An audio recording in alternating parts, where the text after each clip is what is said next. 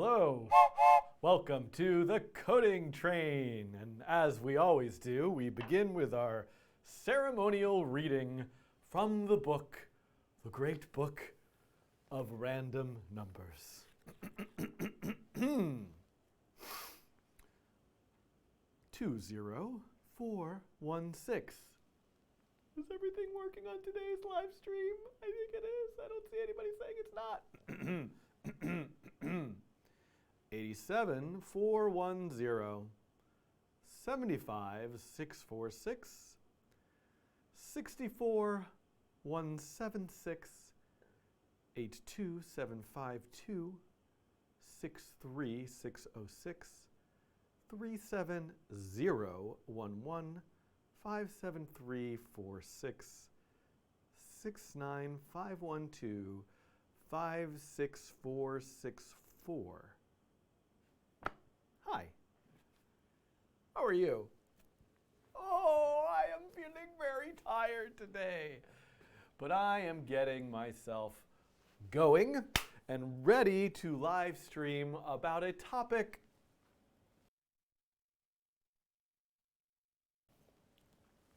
that I don't feel too good about. I'm a little confused how to approach this topic. But I'm going to make an attempt, and I'm going to play around with some very new features that are part of ml5.js. But yeah, maybe this is the first time you're watching me or the Coding Train, which are kind of the same thing, I suppose. And you might want to understand where you are. So this is, first of all, this is YouTube. It's a website with videos on it. It's got a lot of really amazing stuff. A lot of, I don't know. I am not here to evaluate the merits of YouTube, but I am here. Well, can I just please start over? Hold on. I did start over. This is a disaster.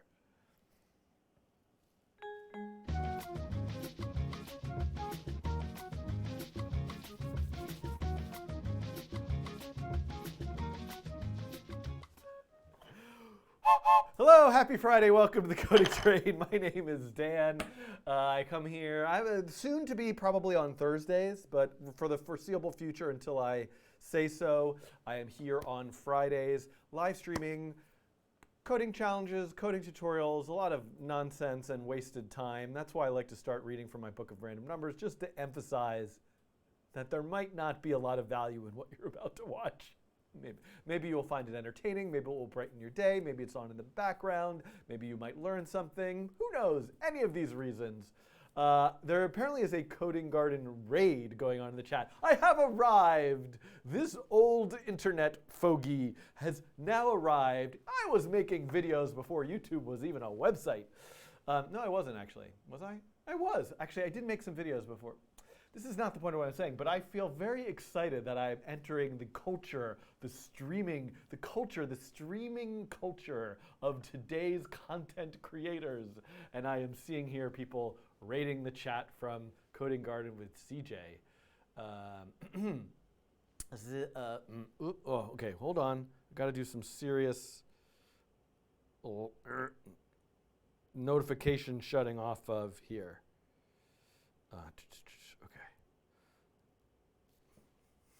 Check my messages. This is what everybody does when they live stream. When you have like a lot of people tuning in live to watch you do a coding tutorial, you just pause for a minute and check your messages.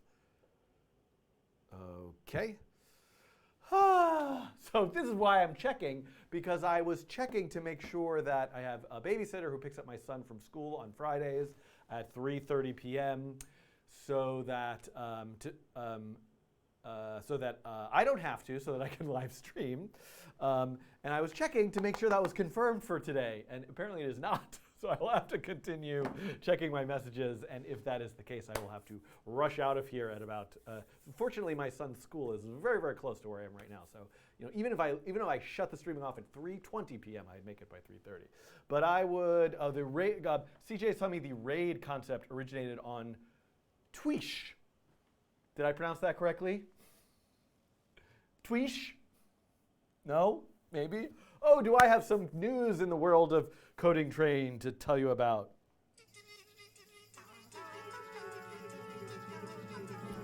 Coding Train breaking news. Breaking news. There is a brand new Coding Train merchandise store that I am excited. Low audio. So can I please just complete a thought without looking at the chat and moving on to something else? Thank you for telling me about the low audio. I had an issue last week. Welcome, Karan Pawa, to the passengers of the Coding Train. So I had an issue last week where the audio in the recorded version was peaking a lot. And you'll notice when I release the next edited video of my PoseNet and regression that the audio isn't so great. So I turned it down so that it wouldn't do that. Can everybody turn their audio up while you're watching today? And then hopefully, actually let me do so. Let me record. Let me turn the recording on. Let me turn this recording on, and I will check it in a little bit also. So I just need to turn on the multi-quarter, which is now going. Minimize that, and here I am back. All right, so some people are telling me the audio is fine. It is lower than it was last week, and that's on purpose. So I'm going to keep it the way it is, and hopefully it'll be fine.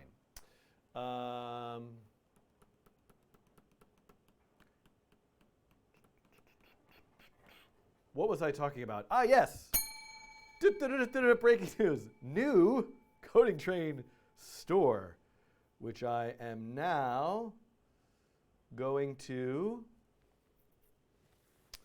I've got a super chat question that I'll answer because I can't resist that. How long have you been programming seriously, and how long till you take over the world? Seriously, I have been programming. There's a few different answers to this question. So probably the first code that I wrote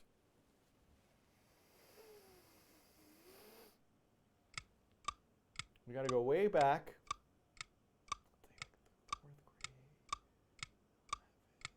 1984, 85, somewhere around there. Basic Apple II Plus. Does I sound like I have the years about right there? Could have been a little bit earlier. Somewhere in the early 80s, Apple II, some basic. So that was the first code I wrote. Next would have been, I think I took some kind of programming course in middle or high school. I believe, if I'm correct, the programming language I used was assembly language. This is to indicate the passage of time. Then we would have to go way fast forward all the way to about maybe 97, 98, late 90s. I took an evening course in C++. Didn't take. Oh, this is not for me. I don't know what I'm doing here. I do not understand this. Then we get to 2001.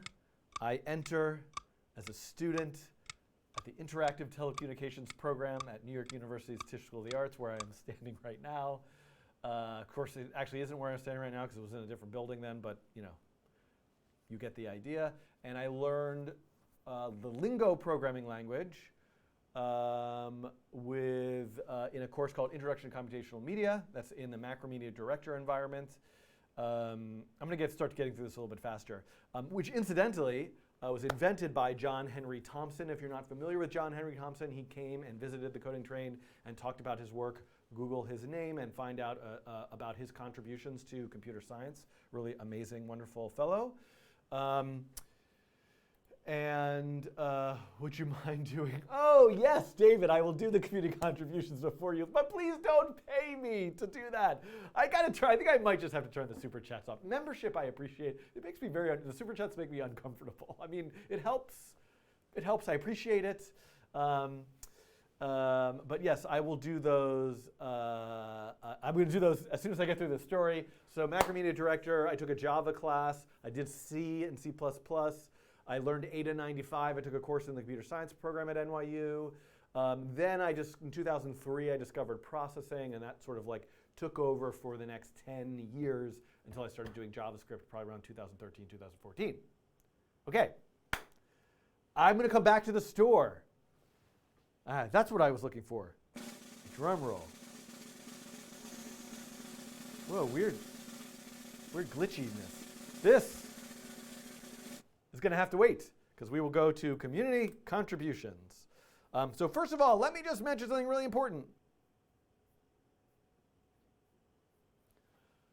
Coding Train has a Discord. I mean, it has had a Discord for quite a while. It just was an unofficial Discord, and now it is a official Discord. And yes, this is I cut myself. I was doing the cardboard boxes for cycling, and I just like sliced my finger on a cardboard box. I didn't even know that was a thing, that you could do that. Fortunately, it's still attached, and I have a nice little Pokemon Band-Aid. I think this is a Charmander. The Discord. Join the Discord. There's a link in this video's description. Somebody who's an admin will hopefully post it into the chat. I'd love to see you there. I am trying to be active and participate, but there is a generous and wonderful community of people who are more active and know more about this stuff than I do there as well. Now, let's go to the Kaleidoscope Snowflake Challenge and see. So one of the things you can do, so first of all, in the Discord, there is a share channel, if channel's the right term. You can raid, can you raid the Discord? There's a channel where you can share your work, but also for permanent, well, until the apocalypse, or until the website goes down, which might happen before the apocalypse. You can also submit a link to your work if it's related to one of the videos on the page for that video. So there are 1, 2, 3, 4, 5, and one of these days I'll have a whole system for how I go through all this stuff. Let me click through a bunch of these and take a look at them. We're going to go just in order here. Snowflake Make and Share Firebase by Ashutosh Agrawal. Woo. Code.sololearn.com. I've seen this before. Oh, look at this. So look at this wonderful tweet with all these different snowflakes. Oh, and I can design my own. Oh, I love it. So this is like a nicer interface with like a color picker. It looks like it's got the same kind of symmetry that I did in my snowflake video. Then I can save it. And I can give it a title like Done Live, or Live on Coding Train. Dan Schiefman. Save to Firebase. Saving to a database. That's so cool. And then I can also look at all these other ones that are popular or not popular, and you can like them. Awesome. Beautiful work. Thank you for this. Let's look at this color and pen weight controls by Ravi Diman.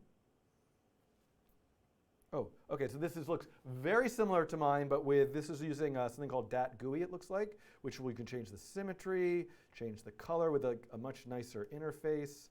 Now this is like 9-fold symmetry. That is really nice. Clear. And I could save, which presumably downloads it as an image. I just erased my beautiful work. Wonderful.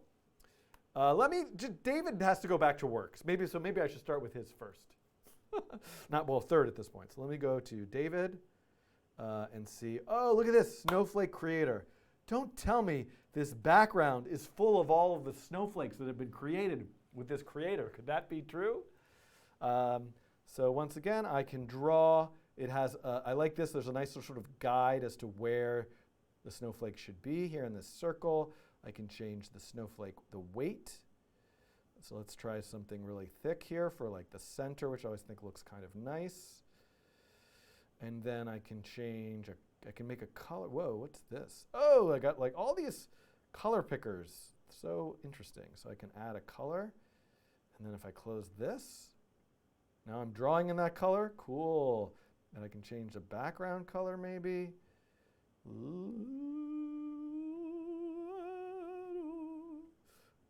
And oh, that's another color. I don't know. Did I click on the wrong thing? Anyway, I'm having lots of fun playing with this. Thank you for creating this. And this, amazingly, I'm kind of so surprised. If I just click right here, there I am. P5 web editor, all of the code. Lovely to see. Oh, here's the color selector. Add class color picker, create color picker. So I'm kind of like willfully not knowledgeable about actual web development. So I'm always intrigued when I see people using these kind of features that are very common to website. David says it's just a snowing GIF. But I will live for the rest of the day with the fantasy that this was a project where you design a snowflake and it enters a world of snowflakes falling. Because I love that idea. All right, now Animated Snowflake by Marcus Whitley. Okay, that is super cool. Whoa. Okay, I have to think about this. So first of all, big difference between what my example does and this one is certainly that some data structure has to keep track of all of the points of the snowflake. Oh, with the super chats. Oh, you know how to bring out the guilt in me. So Mordiaki, I will talk about the Voronoi diagram in a moment. And it is high on my list, although it's very hard to get to all this stuff. So in my kaleidoscope snowflake example code, I never erase the background. So just whatever the mouse is doing, I'm painting color into the canvas at that moment 6 times around in a circle. So here I would have to memorize or store the path in an array, draw all the points of the path with symmetry, and then apply some type of behavior to all of the points, which looks like maybe just moving out from the center. So that's, I'm speculating. I just, everything in my body just wants to like turn everything off. And oh, thank you, David Snyder, for upgrading to conductor. I keep thinking, whenever I say conductor, I know I have the train thing. I just think of an orchestra conductor. I just want to leave and like try to program this and play around with it, or do this live. But I've got to stick to my plan. I have a plan, which is not a good one, but I made it, so I'm going to stick to it. One more, and then let me address Voronoi. Snowflake generator by Clippy, who I have seen quite a bit, I think, in the Discord. Oh, look at this. An embedded page on this page says, who is this mysterious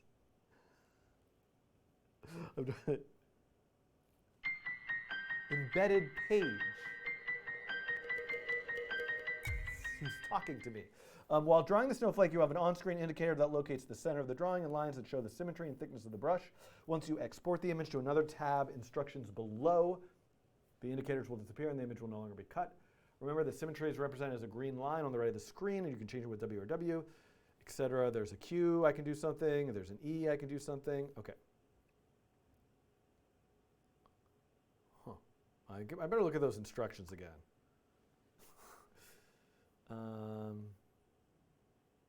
I can erase my snowflake. S, a new tab will appear in the image. Thickness is represented as a blue line. I don't see the green line. So the description leads me to believe S. Ooh, look at that. It opened it in a new tab, and made it into an image. Ah, that's super interesting. I wonder how that works. This is lovely. And there's apparently a lot of controls and things that I can do. One thing I might suggest is the use of an alert for instructions. I think there might be some more elegant ways to think about how that interaction is. Maybe an overlay that you can press like info, not info. Because I sort of feel like I forgot what the keys were. So I just want to like enable the instructions again. So that might be thinking of. Oh, Mike is asking, how did the snake AI do? Not very well. Mike made a snake AI that I think, yes, so many things in the chat. This is why CJ has a really good system for dealing with the chat by looking at the messages one at a time instead of all at once in a crazy cacophony. Mike made a really excellent snake AI, a neuroevolution, I think, example, which is a contribution on, if I'm right. I mean, it actually maybe should be more on the Flappy Bird contribution page, because maybe the core thing is the evolution, the neuroevolution, and not the snake game itself. But I think, I don't remember which snake game it's on. Is it on this one? Yeah, it's right here. So this, let's just open it up. So this is, I let this run for like 12 hours. And I think it didn't get very far. I think probably, Mike, if I were to suggest how you could get this to perform better, would be that to sort of do away with the need. I mean, I love the visual here, that I'm actually watching every game, every attempt play one after another, all in real time. It's sort of sped up, but it's real time. So if you were to like play out all these simulations without having to draw them, you could have a much higher population going, and maybe you just show one at a time, like an arbitrary one, or you sort of like show the one from the previous generation that did the best. Maybe you show a grid of them. I think there's a lot of possibilities there. Okay, Voronoi. It was Mordiaki who asked, can you do the Voronoi diagram in a future segment, please, Dan? Thank you. Thank you for the please. Thank you for the thank you. I appreciate it. So a topic that I would really like to explore in depth on this channel is computational geometry. And I was on a kick for it for like a week or two in the fall. And if I recall, I did gift wrapping challenge coding train. I did this convex hull gift wrapping algorithm. I wanted to start by doing some more basic foundational computational geometry algorithms. This is one of them. And that was in July. Ugh. And that's all I got to. So, and now I've been focusing on the machine learning stuff this fall. This spring, I'm going to focus on the simulation, nature of code chapters and examples. This could kind of fit into that. I also have been wanting to do more of those Cabana videos. And in a way, I'm sort of thinking, oh, some of these more one-off pretty algorithms that are visualized make sense in that context. And I sort of was doing them less here in the live streams, but it's very hard to find the time to do those Cabana videos. It's also very cold. It's supposed to snow tomorrow, so I really want to record one tomorrow if it snows. So I think that would be fun. So I do want to get to it. But the thing that I want to do first, and maybe I could just skip ahead to that, there might be some others that are in between, that should be in between this and that, would be a Delaney or Delaunay triangulation, which also is a foundational piece of doing a Voronoi diagram, even though there's many different ways of computing a Voronoi diagram. And Simon points out that he created a GitHub issue. It's on the Rainbow Topics repo, issue number 1436, which goes through some follow-up ideas in computational geometry. Okay, now back to the new Coding Train store. And it's kind of I should say this is kind of a soft launch. I think it's maybe missing one or two more products that might be added, and I think the designers might still be working on tweaking things a little bit. But if you go to standard.tv/thecodingtrain or coding train, I don't know which it should be. Which should it be? The Coding Train or Coding Train? Let's try Coding Train and hit enter. You will see the new Coding Train store. And you know, I was about to try to justify why I'm doing this, but it's just a thing that exists, that if you're interested in these things, you could buy them. And I'm doing it as a thing for people who requested or might want these things. Don't buy the stuff if you don't want to. If you're not interested, don't contribute to capitalism and waste. But if pick and choose. Pick and choose. If this makes it into your pick and choose list, great. Let me talk about some of the things that are here for sale.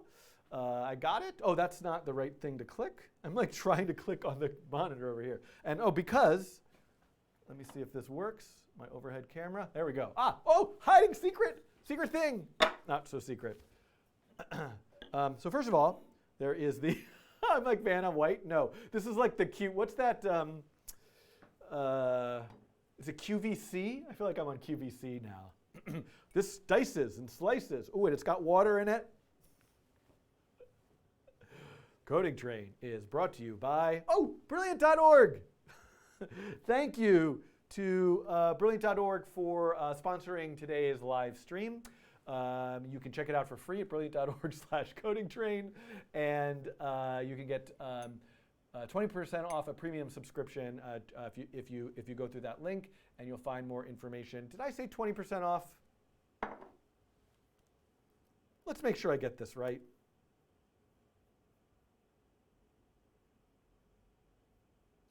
I got it right. Oh, you can't see because of the overhead camera. It says 20% behind there. There we go. 20% off. Okay. What was I doing? Store. Yes. Okay. This is the mug that has water in it. Let me drink the water. It says, oh, no, I showed it the wrong way. Coffee now. Is it upside down?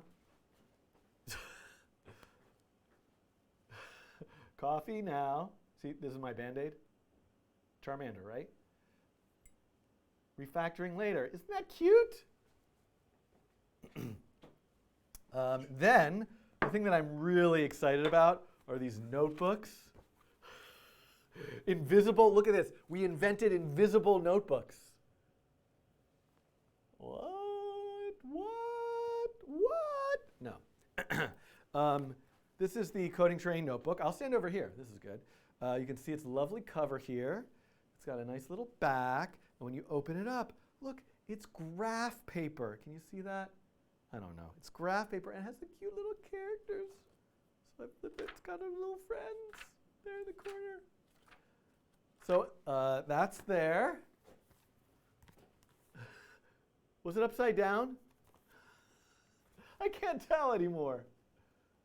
Oh yeah, it was upside down. There we go. Sorry. I'm looking at things in a weird sort of way. There's the notebook. Here's the back. So lovely little notebook. Those cute little characters. Okay, graph paper. I said that. Now, what else do I got for you? Oh, I don't have one of these. So I think maybe I'm done with the overhead camera for a moment. There's a nice little pin, and then there's these stickers. If you're interested in these stickers, I do have a sheet of stickers here that I can show you. And I guess I could put them. My overhead, on my Stream Deck, I don't have a button for the overhead camera, so I have to manually click the mouse. So you can see these lovely stickers here that you can get. All right, I feel ridiculous. So I've got to stop now. But the other thing I'm very excited about is I am attempting. So you know I have this silly train whistle thing. So this is a train whistle that I purchased off Amazon. I don't remember how much it costs. It makes a really excellent sound. You know, it must be tuned, right? There's 4 flutes, basically. I can show you. There's like 4 flutes. And you blow the air through here. It's nicely made. And then I have this other one, because I ordered a box of several hundred of these. Although I really should learn how to just use a CNC machine and make them myself. Maybe I just need this to be like out a little bit more, yeah. So these are blank ones, and I am learning how to use a laser cutter, and I've been experimenting with laser etching. So you can see this was the first attempt. It was a little bit too harsh, and this was the second attempt, which was a little bit too light. And I think this is the Goldilocks just about right. But I was just putting the logo here. I want to come up with a nice design and put it on all the different sides. These will not be for sale, though. These are for people who join. There's different levels of membership if you see that join button on YouTube. And if you're interested, I'm trying to come up with exciting and clever and fun rewards. What happened in your finger? It was a cardboard box. It came out of nowhere. It attacked me, sliced my finger. So there'll be a few more things coming soon, and I will talk about them next time. Okay, I don't want to spend too much time on this. Little announcement. All right. Someone that I'm forgetting their name asked about Processing Community Day. So let me take a minute to talk about that in my official capacity as a person who does stuff with the Processing Foundation. And I can move that now. day.processing.org. All right.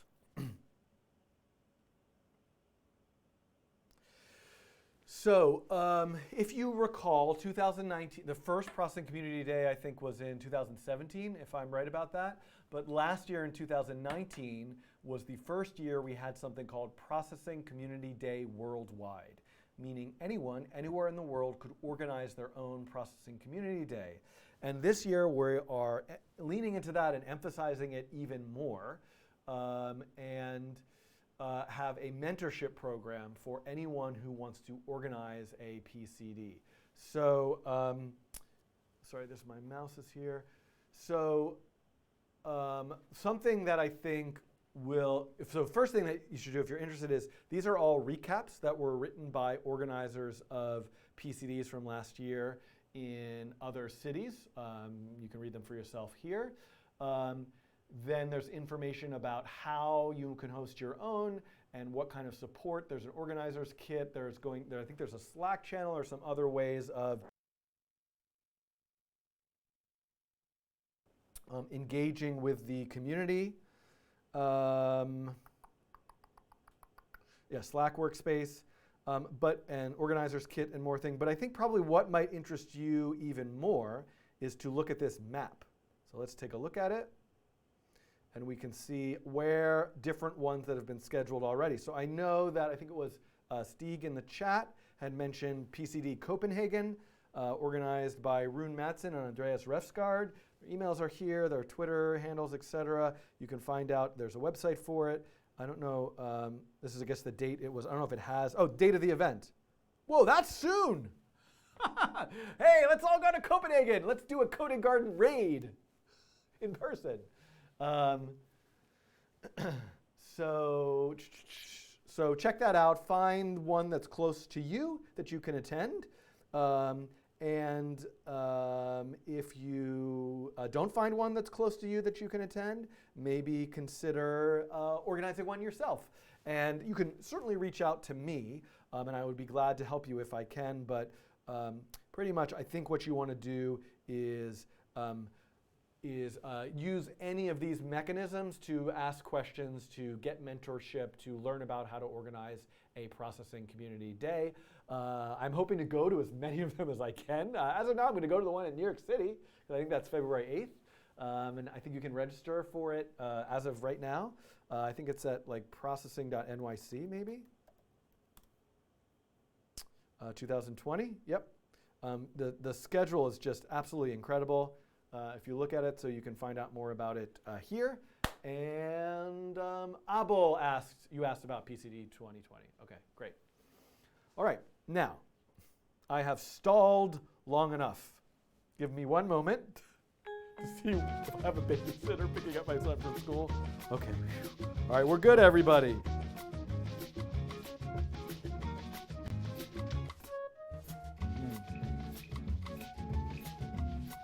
Sorry, now I'm looking at my other messages. Stop. I am not looking at my phone again. Bad. Oh, nice hand. Can we please shut it all off sometime? All right. So what's next?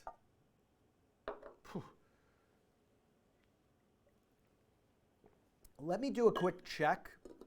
Actually, I don't think it's been a half an hour since I pressed record, so I'll wait a little bit longer. But I don't know. So a couple things. One, I don't have to leave at 3:30, which is good. So I think 1:30, 2:30, 3:30, 4. I think 4 is a good time. If you're watching this right now and you're still here an hour and a half or so from now, do me a favor and remind me to just shut off the stream and go do something else. Recently I've been streaming, I just run into issues and everything takes longer, and I'm just very excited about everything. And I've been going for 3.5, 4 hours. I don't think that's really good for anybody. So I'm going to try to finish up by 4 o'clock today if I can, which gives me a couple hours now. What I want to do is talk about something called convolutional neural networks. Why am I doing this? The Coding Train is not a machine learning AI channel. You might think that it is, given how much time I'm spending on it, and I think that's probably because it's these days, if you want to have computational literacy, if you want to learn to code and participate in the world of software and data and creative coding, you can't escape machine learning as a part of that discussion. So it's important for me to focus some time and energy on it. But I do want to also make sure the channel continues to have very beginner-friendly content, just fun generative algorithms, and other kinds of things. But I did teach a course at NYU this past fall. It ended in December, called Introduction to Machine Learning for the Arts. And my goal this fall was to create video tutorials for everything that's in this course. And so if I look at it, I have video tutorials I have kind of like an intro. I have video tutorials for image classification and transfer learning, some video tutorials for pre-trained models and physical interaction like PoseNet. I don't really have, so data collection and model training. This is the stuff that I've been doing more recently with using the example of capturing pose data. And so I would say that I'm pretty well covered up to week 5 in terms of the video materials for the course. But I have almost next to nothing. I do have videos on SketchRNN, so that's good. But I have almost next to nothing on 6, 7, 8, 9, 10, these 6 through 10. So I'm cutting myself off the week of January 27th pretty much. That last week is the first week of the NYU semester where I will be teaching my course, Nature of Code, which is built around this book. So I do have video tutorials for this whole thing, but they're made years ago and they're not in JavaScript. So this is the semester I'm going to reboot all of these. I'm going to make video tutorials for all of this stuff. And I'm starting that the week of January 27th. But I want to see how much I can finish off and catch up on that I missed last semester between now during my winter break. I think today I am going to attempt to talk about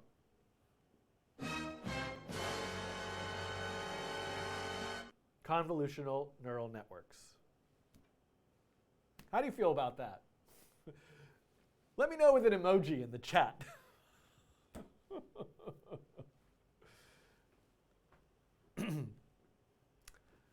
Circle.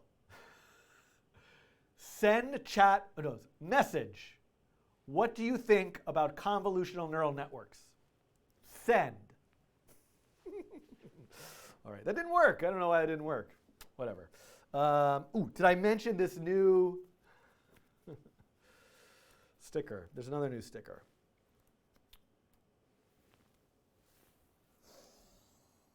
Okay, so how am I going to approach this?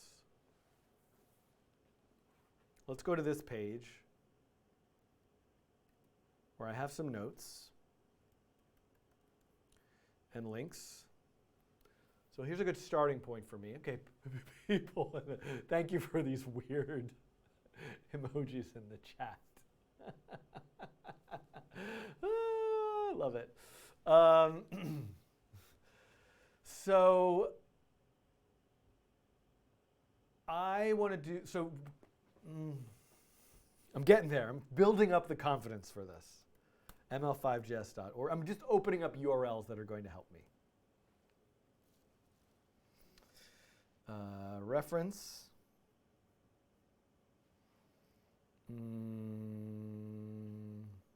Neural network. Okay. I need this page. No, I don't need this page. I need this page. I need a whiteboard marker. Oh, hi. I like to torture myself by having a bin of whiteboard markers on the floor right there, about which maybe like 60% of them don't work. You'd think I would just go pick one before I start and make sure it works. Yep. Now I should make a new bin that is, maybe that is the garbage bin, and I just don't know. 2 more. Nope. I'm not putting them back in that bin. Another one. Oh, this one's green. That's not going to do me any good. It's not. Oh, wait, there's a green one with a cap on it that's the wrong color. Mystery solved. Oh, wait, I think the good whiteboard markers are actually over there. Oh, this one's just fine. Okay. How's the focus on that?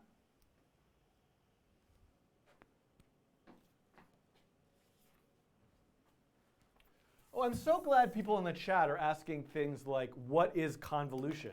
Because it's giving me a boost of a reason why to do this.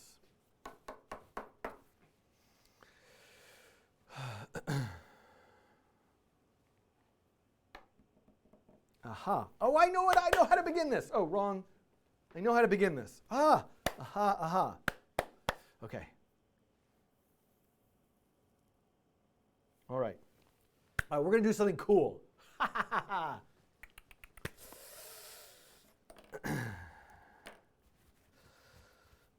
got it. I got it. I got it, everybody. The question is, am I going to build this example? Yes. Yeah. Let me just take a look. Let me just see where it is. Wait, I was already there. Low-res pixels. This is what I want.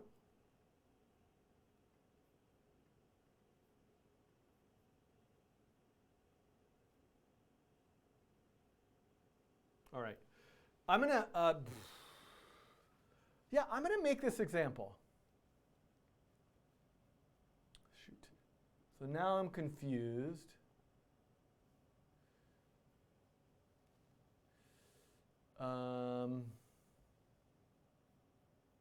Yeah, Simon is asking me that, Simon says, I thought you would do this in vanilla TensorFlow.js. Well, I don't know if I would use the word vanilla with TensorFlow.js. Yes, but no. That would make sense. Right now I'm trying to move on to emphasizing ML5. And there's certain points in time where I would want to go dig into TensorFlow.js. But we've actually added a convolutional neural network feature to ML5. So I think that's where I'm going to focus. Let's make this a coding challenge.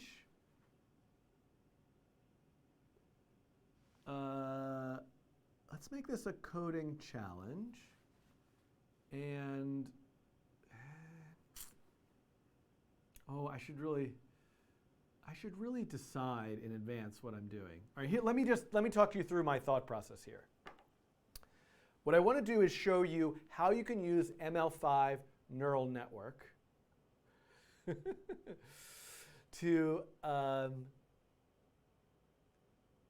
how you can use ML5 neural network to train a model on image data. And that's what this example is doing. But it is using a plain vanilla neural network with no convolutional layers, which isn't as accurate or as I'm sorry, I'm thinking about this.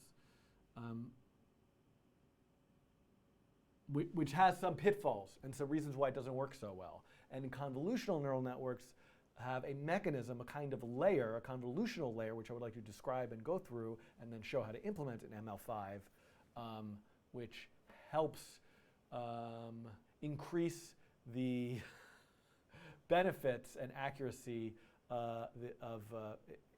increase the accuracy. Can I take a break now? All right, let's do this. Let's do some coding. Log in. I got it. I just have to stop worrying and just go for it. So let me just see here. File, duplicate.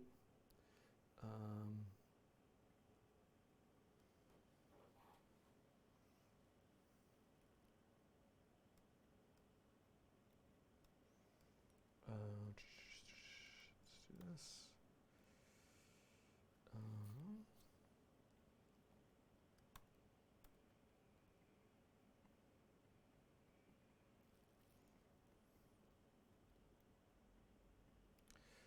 And let's do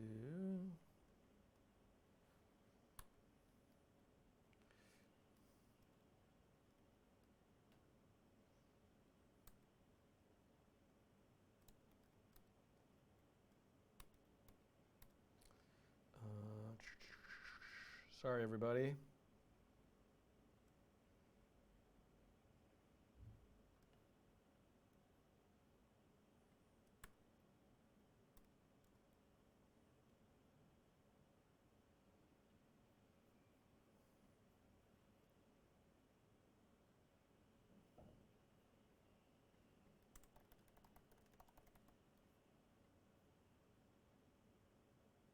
Okay.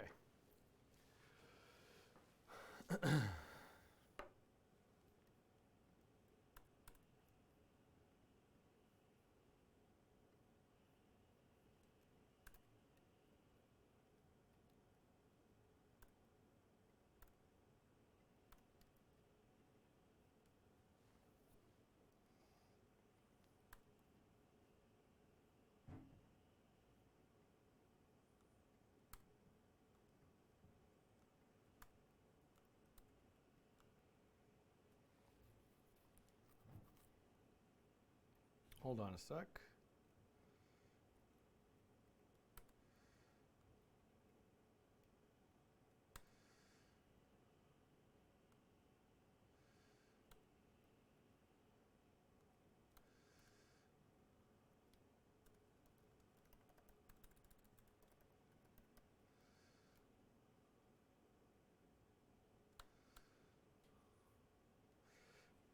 I'm just setting myself up with a basic template.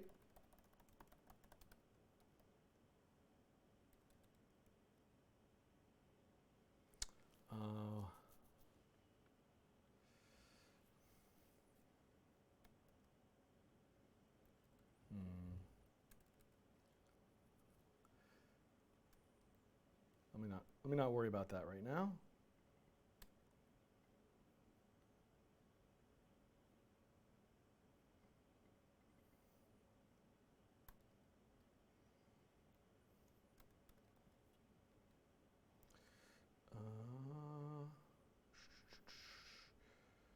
Thinking about this.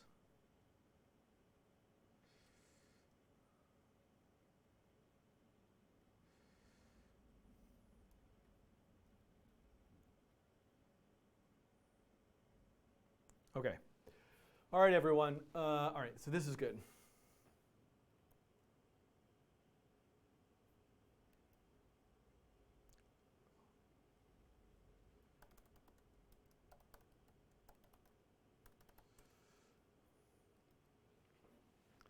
All right, we're going to knock this out.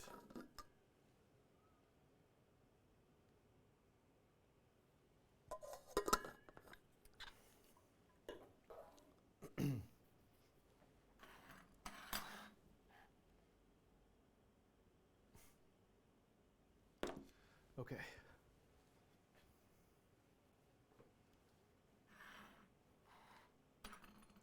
I'm like off today for some reason. I mean, I'm always off, but I'm like a little off where I am off.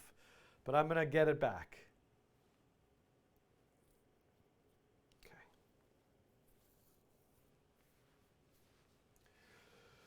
All right.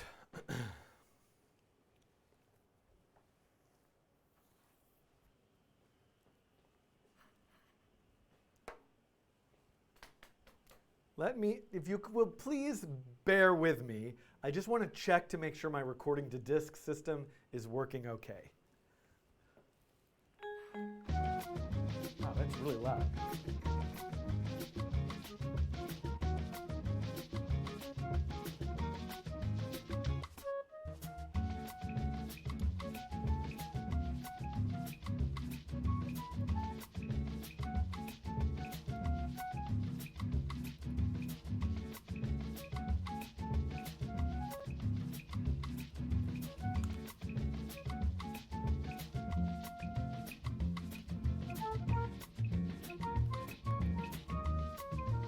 Okay.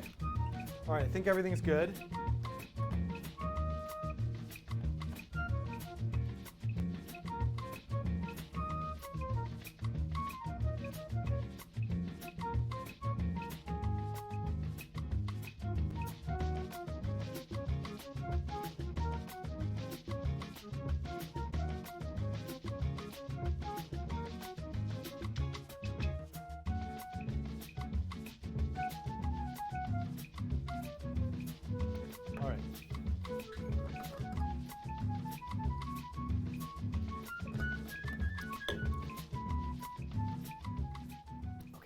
spills a little bit. All right.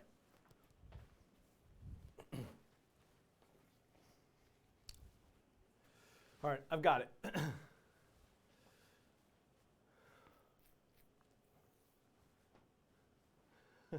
Hi, Susanna.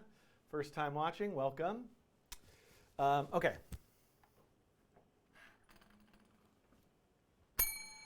And you thought we were done with the ML5 neural network tutorials. But no, there is one more because I am leading to something. I am going to, you will soon see in this playlist, a section on convolutional neural networks. But before I get to convolutional neural networks, I want to look at reasons why a convolutional layer, I mean, I have to answer this question, like what is a convolution? I've got to get to that. But before I get to that, I want to just see why they exist in the first place. So I want to start with another scenario for training your own neural network.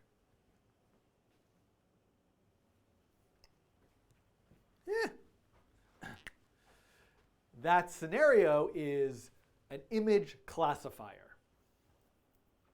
Wait, okay, hold on. I see where I'm going. I see where I'm going with this. The narrative, it all fits together. That scenario is an image classifier. Now, aha!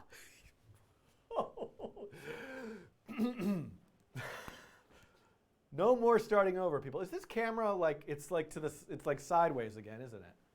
Ugh. Why does that always seem to happen? That's better, right? Yeah, good enough. That scenario is an image classifier. Now, you might rightfully be sitting there saying to yourself, you've done videos on image classifiers before. And in fact, I have. The very beginning of this whole series was about using a pre-trained model for an image classifier. And guess what? That pre-trained model had convolutional layers in it. So I want to now take the time to unpack what that means more and look at how you could train your own convolutional neural network. Again, first though, let's just think about how we would make an image classifier with what we have so far.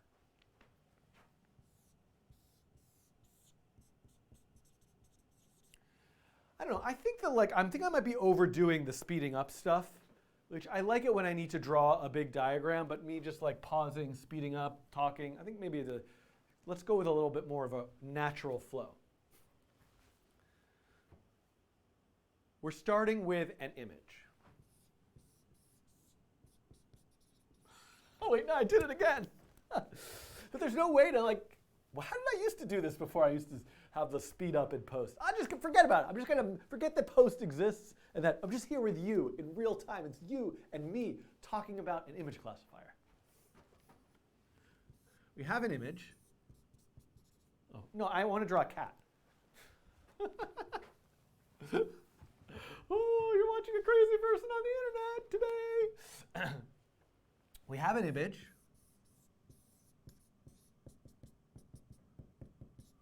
And that image is being sent into an ML5 neural network.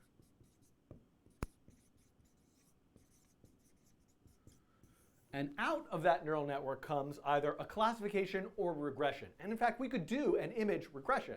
And I would love to do that, but let me start with a classifier because I think it's a little bit simpler to think about and consider.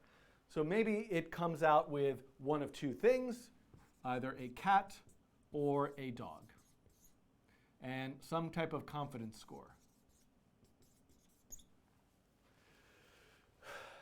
We've talked about how a neural network is,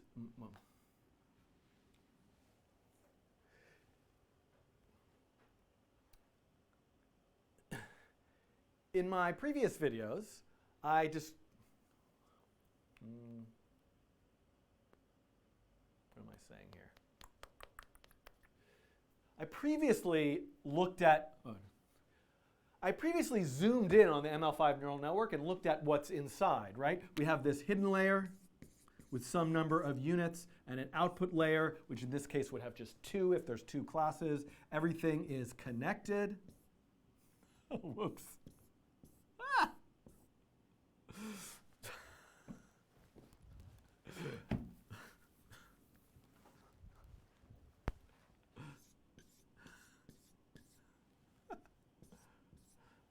Everything is connected. No, what am I doing? Yes.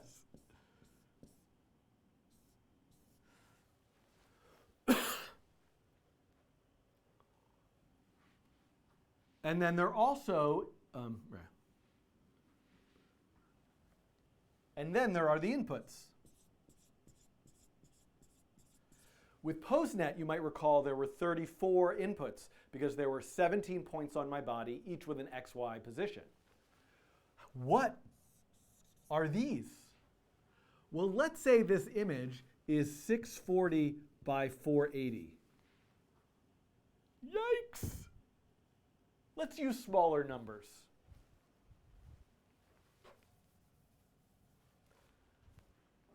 Let's just say, for the sake of argument, that this image is 10 by 10 pixels. So I could consider every single pixel to be an individual input into this ML5 neural network. But each pixel has 3 channels, and R, G, and B. So that would make 100 times 3 inputs, 300 inputs. That's reasonable. So this is actually what I want to implement. Take the core idea of a 2-layer network. Take the idea of a 2-layer neural network to perform classification, the same thing I've done in previous videos, but this time use as the input the actual raw pixels. Can we get meaningful results from just doing that?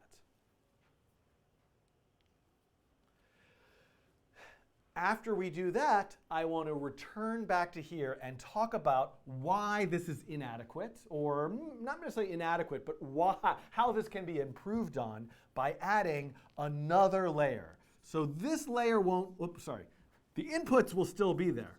We're always going to have the inputs. The hidden layer will still be there, and the output layer will still be there. But I want to insert right in here something called a convolutional layer. And I want to do a 2-dimensional convolutional layer. So I will come back. If you want to just skip to that next video, if and when it exists, that's where I will start talking about that. But let's just get this working as a frame of reference. All right, folks, how am I doing here? 28 by 28. I know I should have done 28 by 28. Simon's always right. Always listen to Simon is what I say. Remember to duplicate before starting so people can start from the same place. Ha ha! Thank you, Violet. What good advice. So this is going to be template. And then let me do duplicate.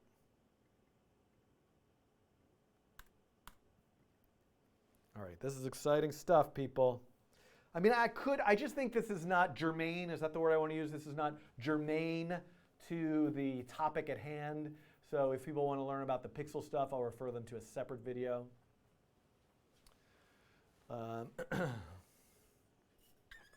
I got to take a little sponsorship break in a moment. I think now is actually probably a good time for me to do that. Let's see if I can actually, let me do this, and then I'll take a break after this before talking about convolutional neural networks. Because I think I can get through this actually sort of quickly.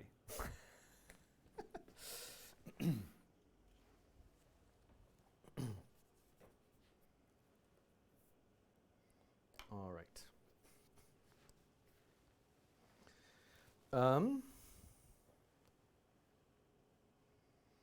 Okay.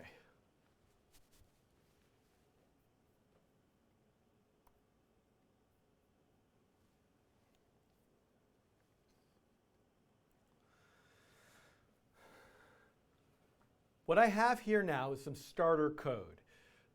Starter code. Oh, sorry. I'm like remembering a thing on the internet from a couple weeks ago. Just have to cough. I'm going to mute my microphone.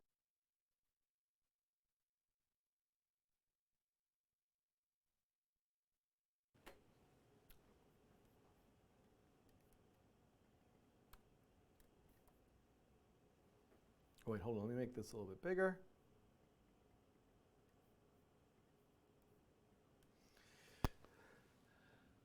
I'm going to start with some pre-written code, all this does, it's a simple P5.js sketch that opens a connection to the webcam, resizes it to 10 by 10 pixels, and then draws a rectangle in the canvas for each and every pixel. So this could be unfamiliar to you. How do you look at an image in JavaScript in P5 and address every single pixel individually? If that's unfamiliar to you, I would refer to my video on that topic that's appearing over next to me right now. And you could go take a look at that and then come back here.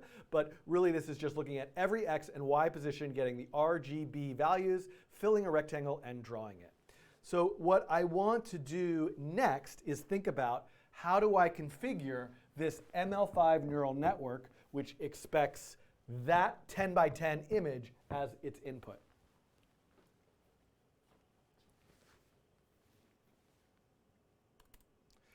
I'm going to make a variable called pixel brain, and pixel brain will be a new ml5 neural network.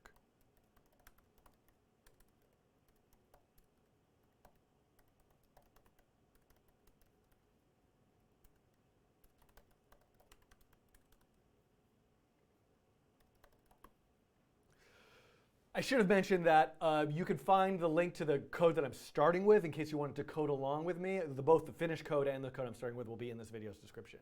So to create a neural network, I call the neural network function and give it a set of options. One thing I should mention is, while in all of the videos I've done so far, I've said that you need to specify the number of inputs and the number of outputs to configure your neural network. The truth is, ML5 is set up to infer the total number of inputs and outputs based on the data you're training it with. But to be really explicit about things and make the tutorial as clear as possible, I'm going to write those into the options. So, how many inputs? Think about that for a second.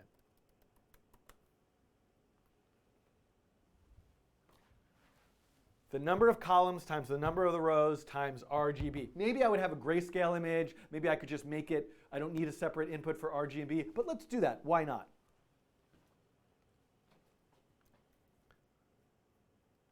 And I have the 10 by 10 in a variable called video size. So let's make that video size times 3. Let's just make a really simple classifier that's like, I'm here or not here. So I'm going to make that 2. The task is classification. And I want to see debugging when I train the model. So now I have my pixel brain, my neural network.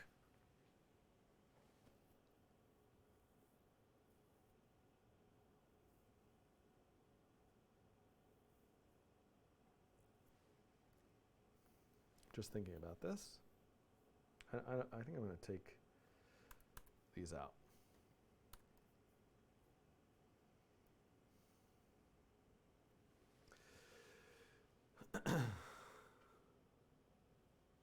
Three, not 2.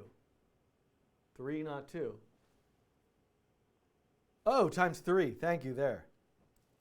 Oops, that should be 3. Thank you. All right. Now I'm going to go with my usual terrible interface. By that I mean key presses.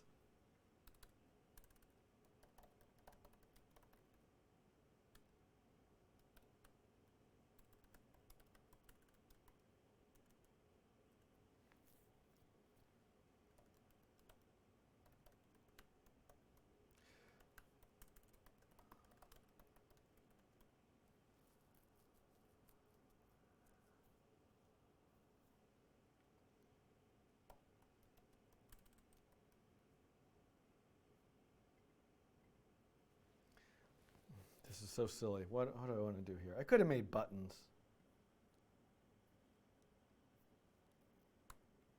No, let's make buttons.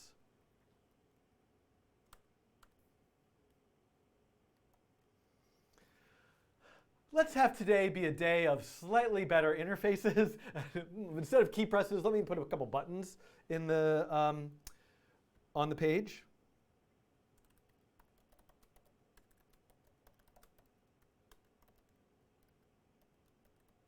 No, let's just go with Let's just go with key presses.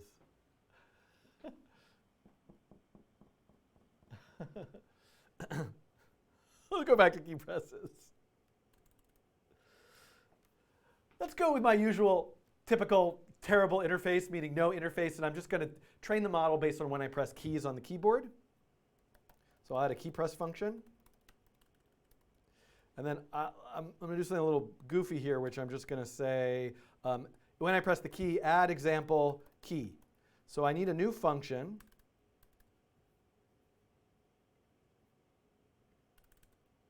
called add example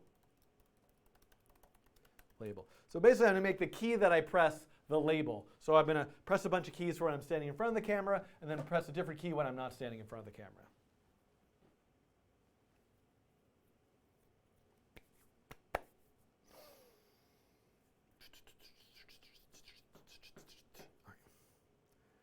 Now comes the harder work.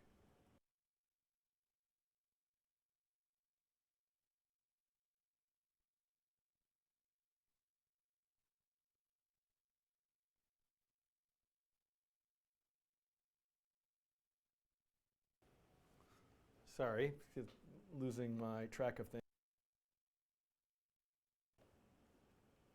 Now comes the harder work. I need to figure out how to make an array of inputs out of all of the pixels. Luckily for me, this is something that I have done before. And in fact, I actually have some code that I could pull from right in here, which is looking at how to go through all the pixels to draw them. But here's the thing. I am going to do something to flatten the data. I am not going to keep the data in its original columns and rows orientation. I'm going to take the pixels and flatten them out into one single array. Guess what? This is actually the problem that convolutional neural networks will address. It's bad to flatten the data because its spatial arrangement is meaningful. So,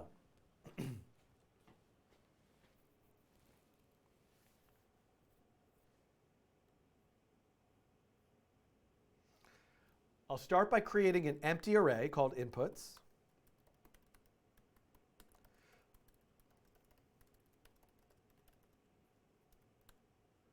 Then I'll loop through all of the pixels.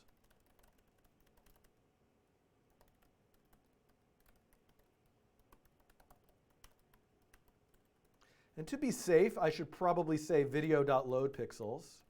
The pixels may already be loaded because I'm doing that for down here. And I could do something where if I'm drawing them, I might as well like create the data here. But I'm going to be redundant about it. And I'm going to say, but here's the weird thing.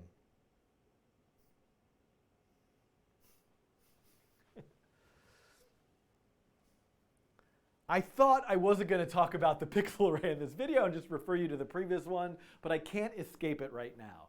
For every single pixel in an image in ml5.js, there are 4 spots in the array. A red value, a green value, a blue value, and an alpha value. Alpha value for transparency. The alpha value I can ignore because it's going to be 255 for everything.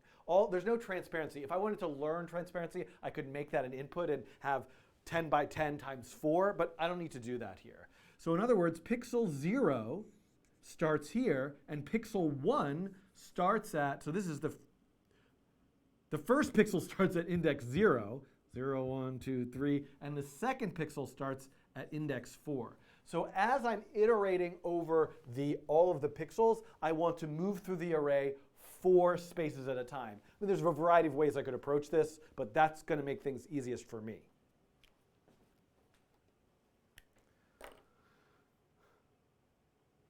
So that means right over here, this should be plus equals 4.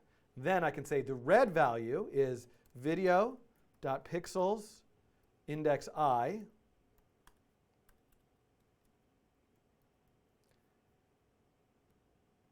The green value, the blue value, the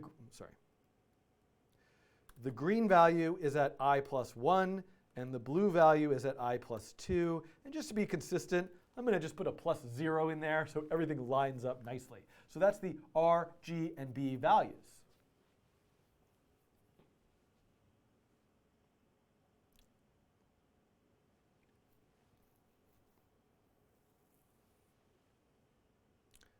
How does the push?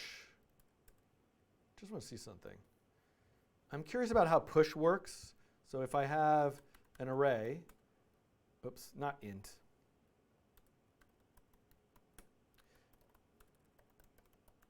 Can I do this? Oh, I can. I can push 3 things at once into the array. Perfect. Then I want those R, G, and B values for this particular pixel to go in the inputs array.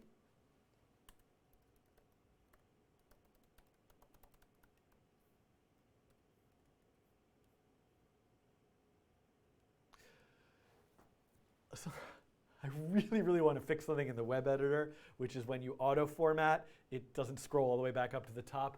If somebody could like make that happen for me, my whole life would change. Yeah, I could probably use a higher order function. You're all right about that. Oh yeah, because it's already. Oh, I'm so silly. I'm so silly.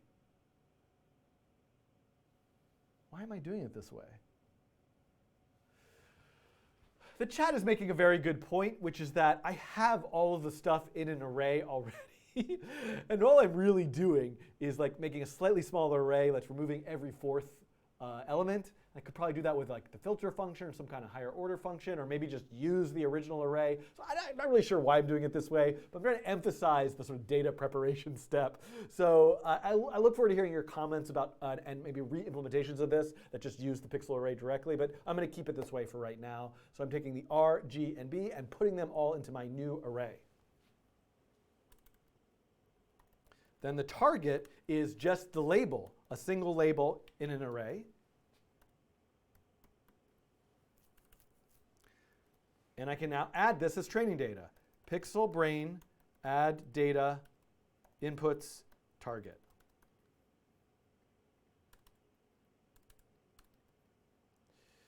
Let's just make sure this doesn't give me any errors if I press the key. No errors, I guess that's good.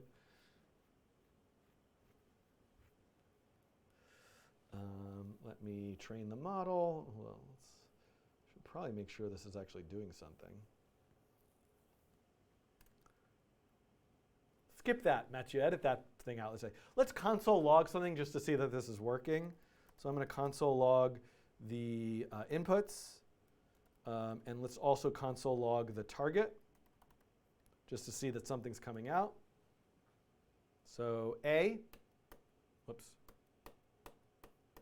Yeah, we can see there's an array there, and there's the A. And now if I do B, I'm getting a different array with B there. So I'm going to assume this is working. I could say inputs.length to make sure that that's the right idea. Yeah, it's got 300 things in it. OK.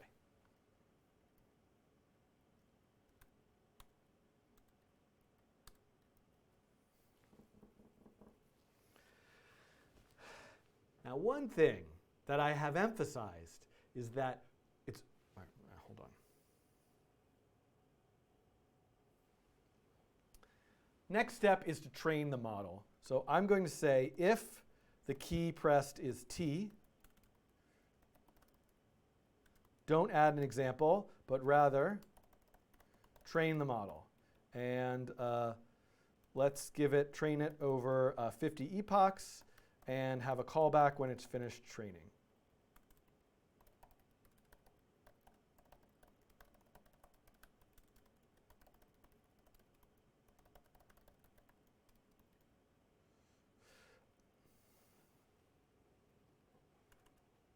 Let's also add an option to save the data, just in case I kind of want to like stop and start a bunch of times and not collect the data again.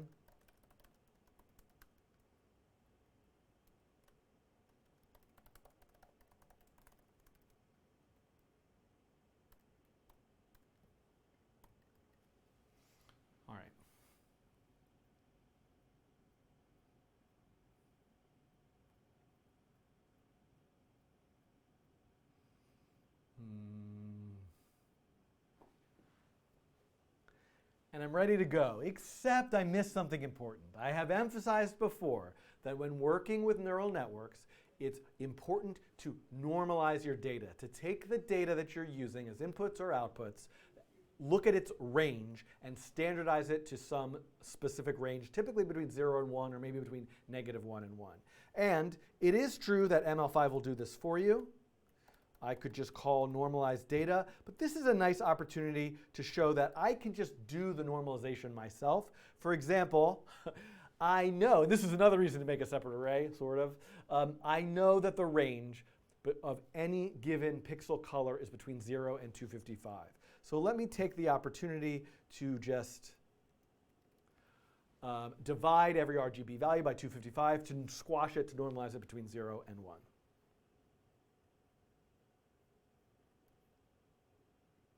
All right, let's see how this goes. Oh, yeah, let's just see how this goes. So H for here I am. Bunch of examples. And N for not here.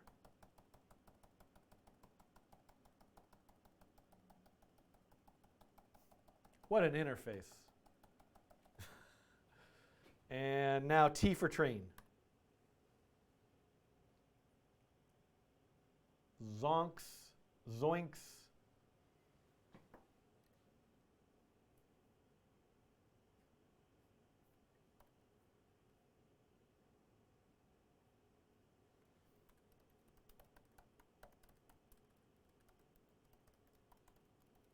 What did I miss?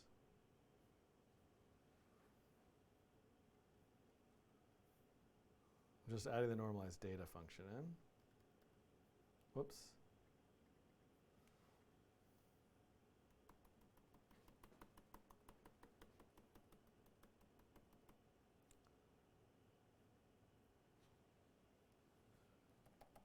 I really should put something in that's console logging.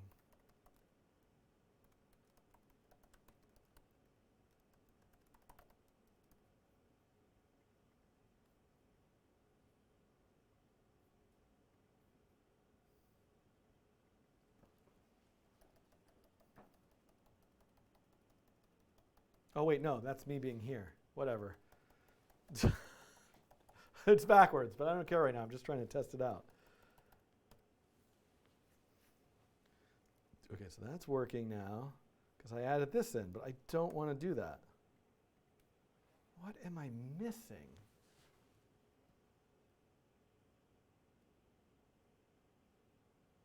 It really should work without calling normalized data, and I think I need to investigate why.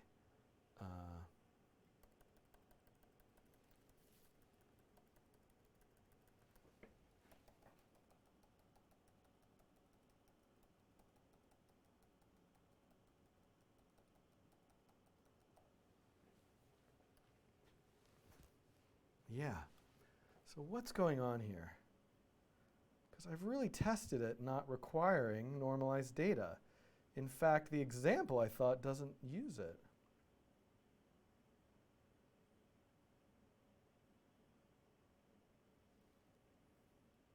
Low-res pixels.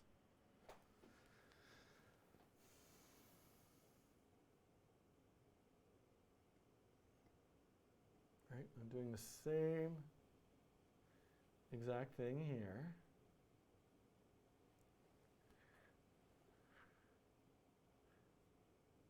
I don't call normalized data. Let's look at this, run this example. Is it because it's not doing classification?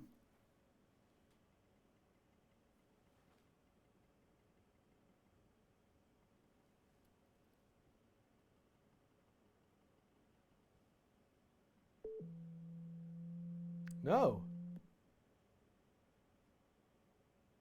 Oh, it's not working without calling normalized data. Hold on. This is a bug. I have an idea. I think there's a function called, hold on. We're going to get to the bottom of this, everybody. Source Neural network.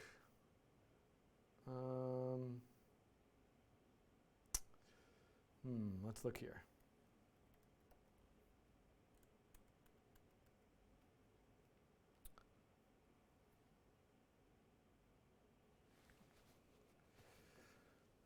Oh, this is the release.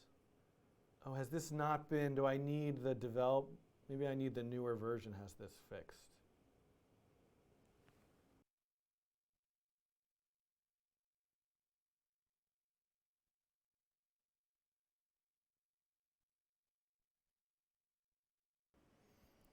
Hold on a sec. Let's go to release. No, I'm in development, so never mind. I'm in development.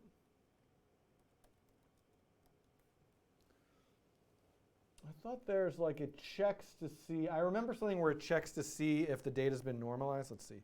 Normalize. Oh, let's look in here.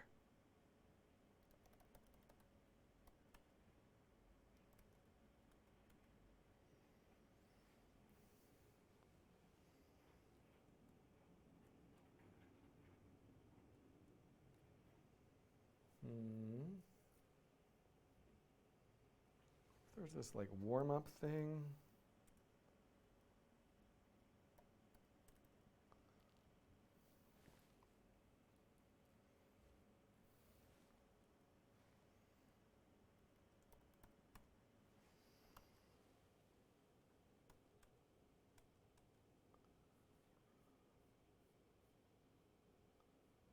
So confused.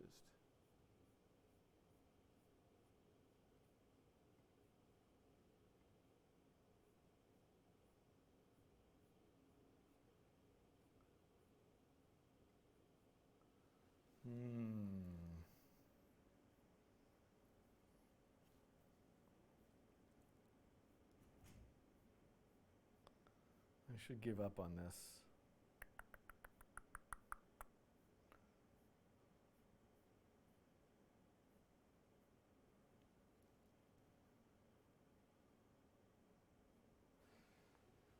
Inputs, outputs.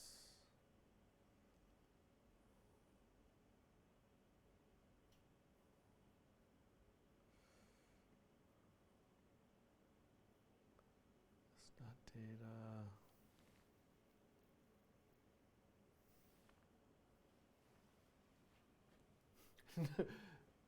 Nobody in the chat is giving me the answer to this. Debug this issue.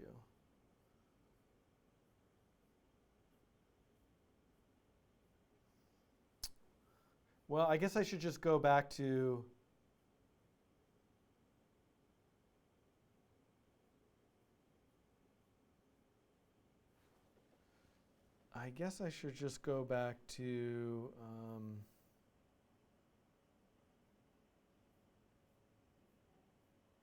oh, wait a second.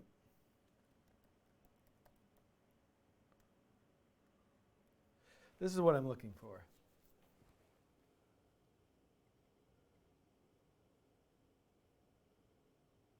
Is normalized. So there's some things that happen beyond just normalizing the data here. This data, normalized data, data raw. Prepare for training.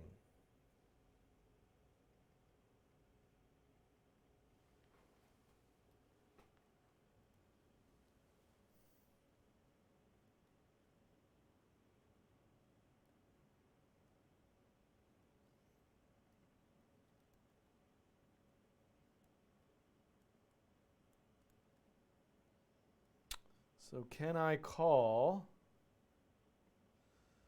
I just want to like see if I can like kind of hack a little fix to this right now. Prepare for training? Is that what I do? Is normalized equals false, says Sam. I think it needs to do some other stuff. Okay, hold on. Let me go back to my example.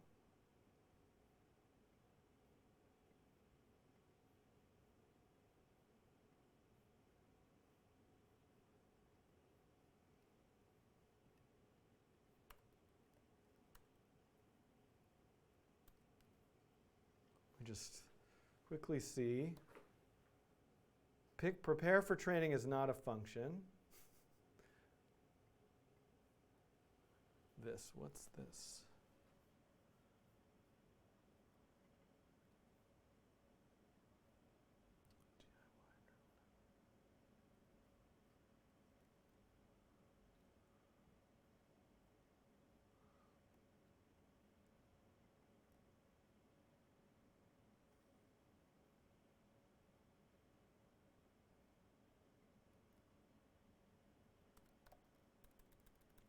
Let's have a look at Pixel Brain.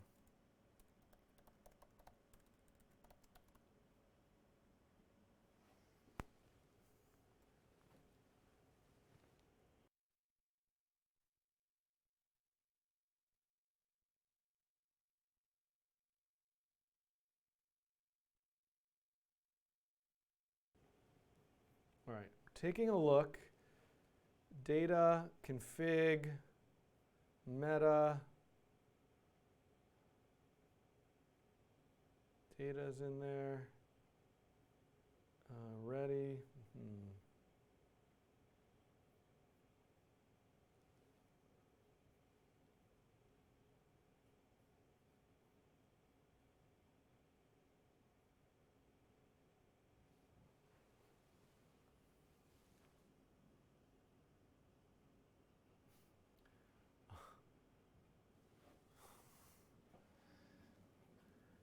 So Simon's asked me why don't I just go back to normalized data, because, so that would make sense if I wanted to be most efficient about my time, but I really want to know, it's bothered me every single time that it doesn't work.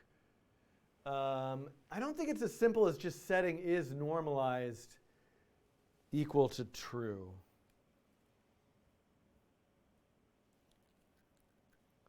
Hold on, I have a bit of a way of sort of asking this question. Hold on.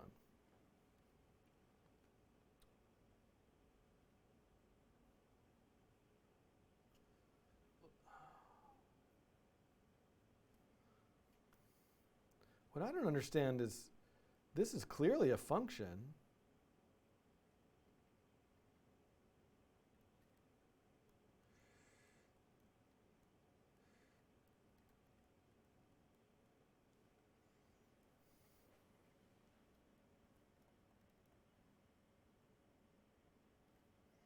Well, maybe Simon is right and I should debug this later. Neural networks meta is normalized. All right, let's try, hold on. Normalized data raw. Prepare for training data raw.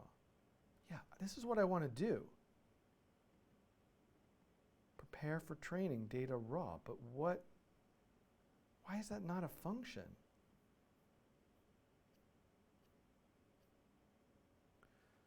Neural network. I make a new DIY neural network. Is this because I'm in release? It's not a function, prepare for training? Oh, I do need to use the built version from development. Hold on, everybody. Hold on. There's like 300 people here. I don't know why that's the case. Hold on.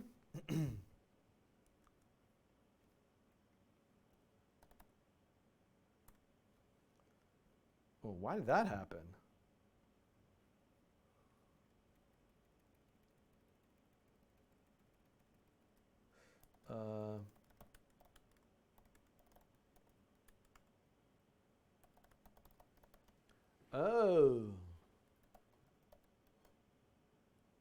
Oh, right, I forgot there's a whole new built version. Hold on, let me just try this.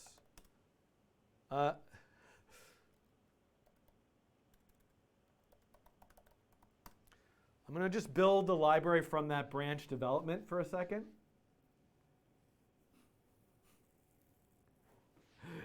While that's happening, let me know I lost, in the last 5 seconds, I lost like 15 viewers. This is going to take a minute to build. So while that's happening, let me talk to you about, oh, wrong button. Let me talk to you about today's sponsor of the Coding Train, friends over at brilliant.org. Here's the thing. Sometimes when you're coding, you get totally stuck. And the smartest thing you can possibly do is take a break and go take a walk, rest, call a friend, call your mom, I don't know, something.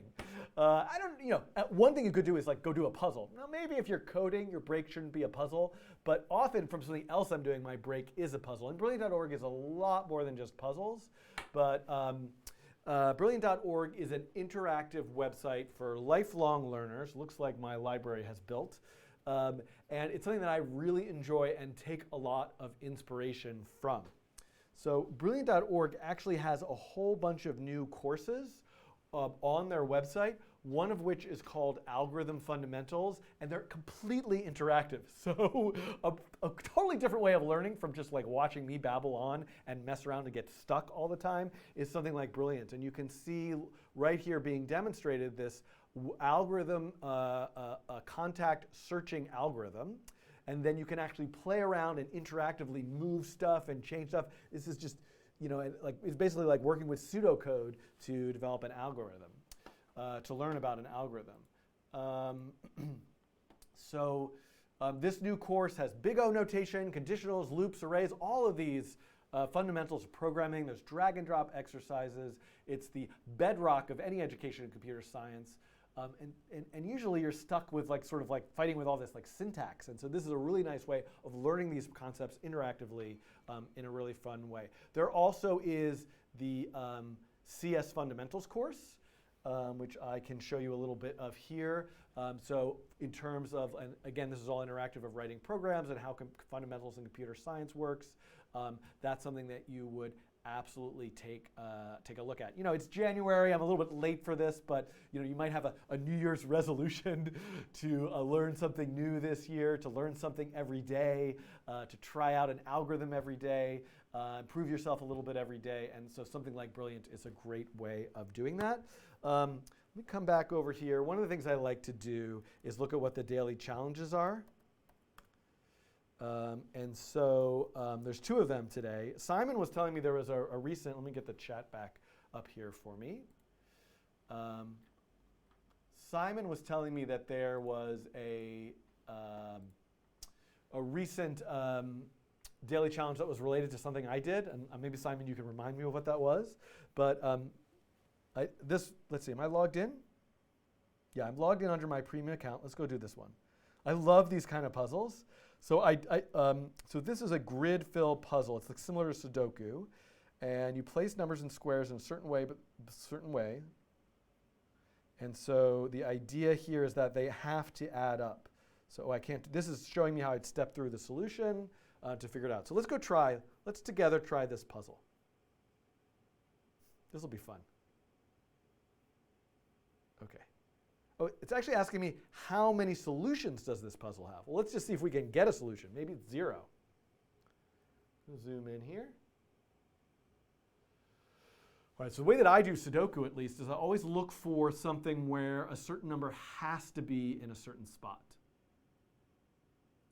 So if I have 2 1s, 2 2s, 2 3s, 3 3s, let's look at, I think gray means nothing can go there, so that's like a 0. So why did I interrupt the ML5? Sorry, Suzanne, I'll be getting back to it. Just thanking Brilliant, who is the sponsor. A series of, Simon Tigers, a series of 2 challenges, balanced perfection. That's the one I should go back and look at. Okay, so it looks like here, to get to 9, if I have a 2, I mean, one of these has to be a 4. One of these has to be a 4, one has to be a 3, right? That's the only way I can get to 9. So that one could be a 4. Either could be a 4. Let's try one of them. Either one of these could be a 4. What if I do it here? It will cause an issue if I put it here, because this has to be a 3, and then that one has to be a 2. And that still works. There's no, that's not working.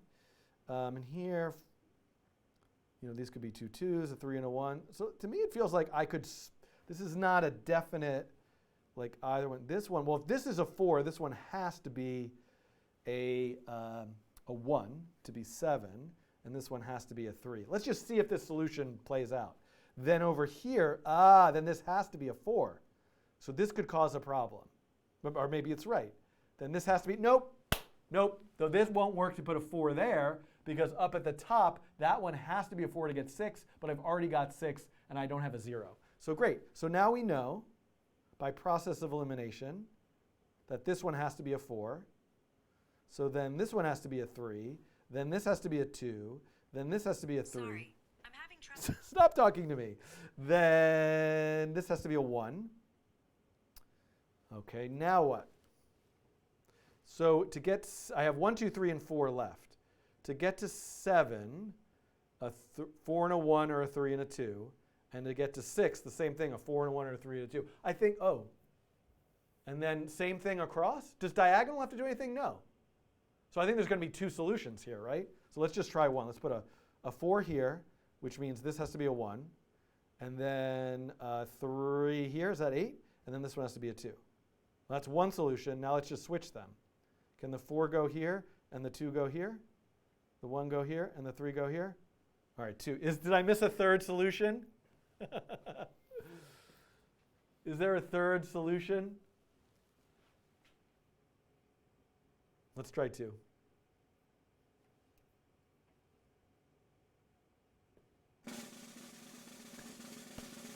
I want to make in P5 a puzzle generator like this, a Sudoku puzzle generator.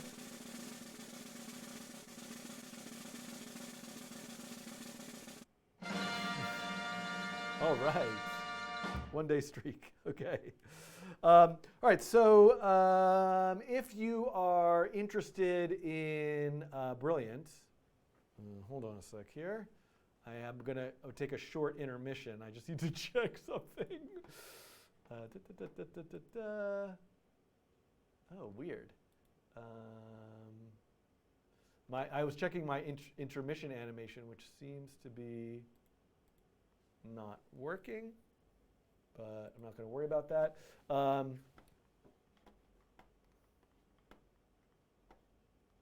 me turn this off. You can sign up for free at brilliant.org/codingtrain. All of the daily challenges, at least the one that is active that day, are available for free, and there's lots of other free content. And then if you're interested, if you like it, you can consider signing up for the premium subscription. And if you do that through that link, you'll get the first 200 people to do so will get a 20% off discount, and they'll know that the Coding Train sent you. Let's just see if this works. Yeah, that does work.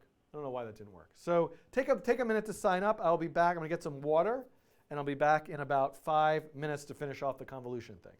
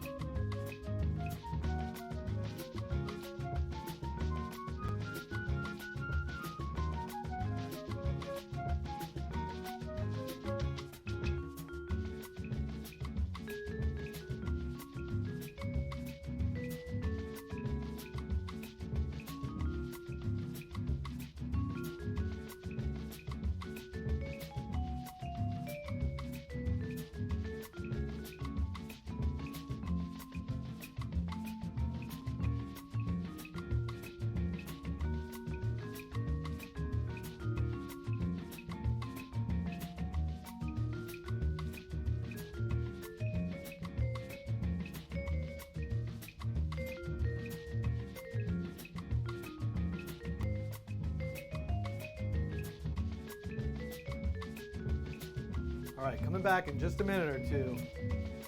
Got the mic on. I think you can hear me. Whew.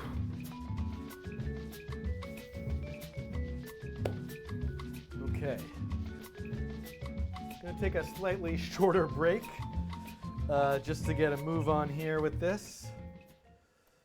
I've really got to figure this out because it's making me crazy. Okay, so what did I do? I built the library, and it should be here under dist. This should be the one that I just built just now, today, 3:04 p.m. So let's manually add the library to this project. Oh, let's hit stop here. Let's do this. And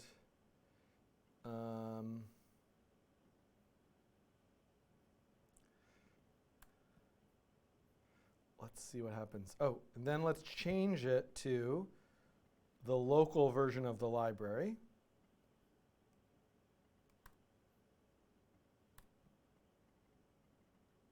I forgot that I had this horrible issue. And I should just normalize the data with the function, but I'm stubborn. And I have this here. Okay, let's see here.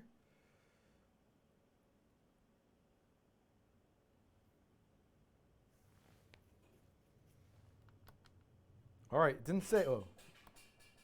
Prepare for training is not a function. Am I losing my mind?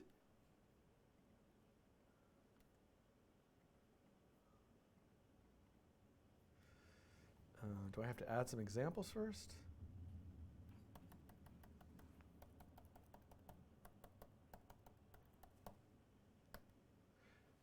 Prepare for training is not a function. All right, I'm going to have to just go back to normalized data. I cannot solve this right now.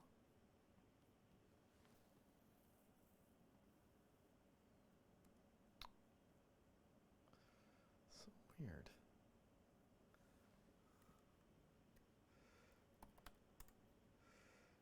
Actually, you know what? I can. By golly, I can. I'm sorry, everyone, but I'm going to be really stubborn about this because this is the time for me to look at this. The future of ML5 is at stake here. Not getting to convolutional neural networks, am I? Okay, let me go to, actually,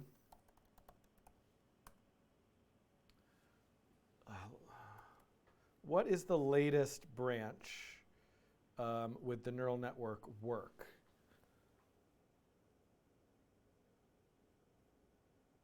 Oh, maybe that was, there's no active branch. So yeah, so it is development.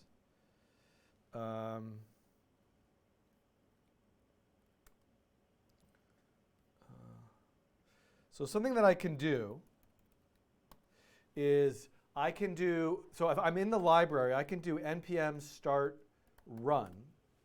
And what that's going to do is actually host a local version of the library right here at localhost 8080 ml5.js. So here's the built version of the library. And I can copy this, and in the sketch that I'm working on,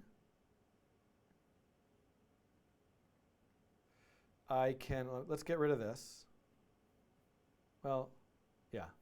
I can go into index.html, and I should be able to load that version of the library that I'm working with locally. So now,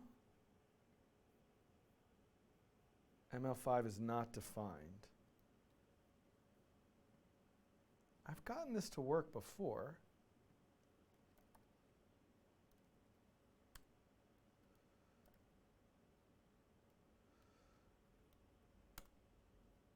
There it is.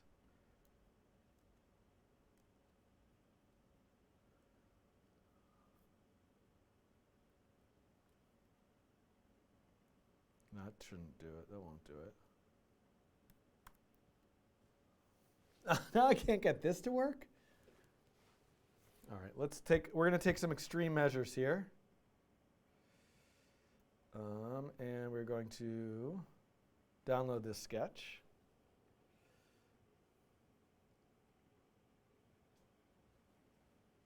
Oh, seriously? And now,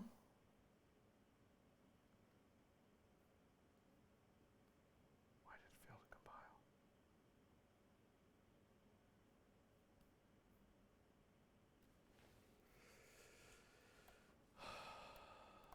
Okay.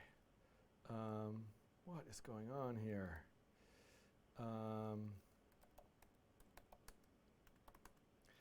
Gonna go to, all right. I'm gonna open up this sketch in Visual Studio Code, take a look at it. Whoops. I thought I was being so clever by putting the dock to the right. Okay, so let's look at this.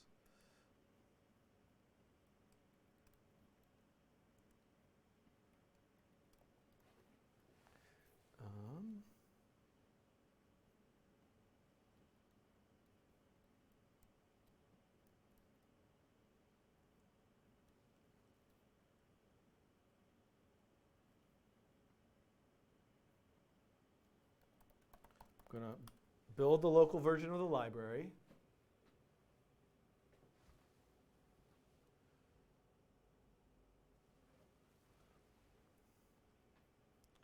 Okay.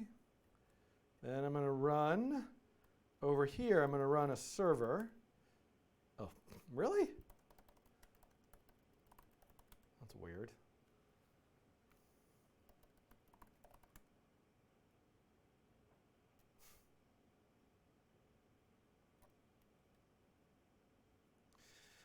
What's going on with my setup here?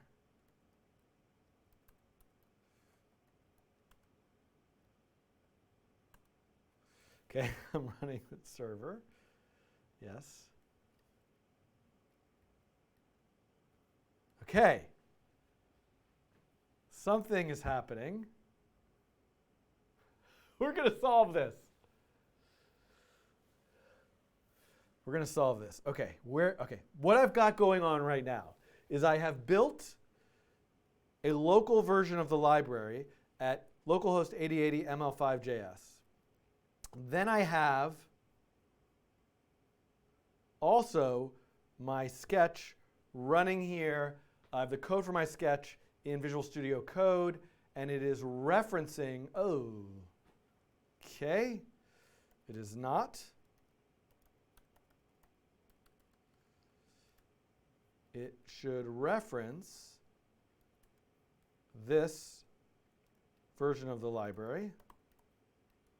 Let's see what I get now. Okay, great.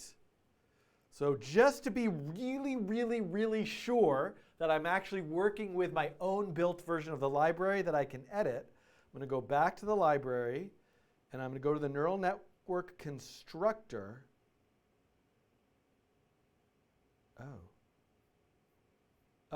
So, wait, why is there sort of like a DIY? Why was it called DIY somewhere? It's weird. I was thinking it called DIY neural. I think something's changed, but I'm going to go to this. Sorry for all the scrolling.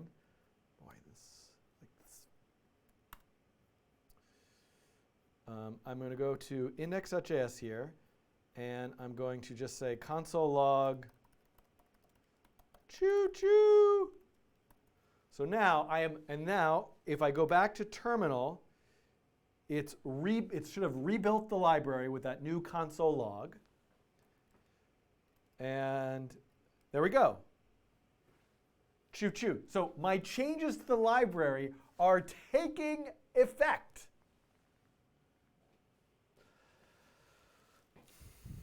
Now, what I actually want to do, I just realized, is I don't want to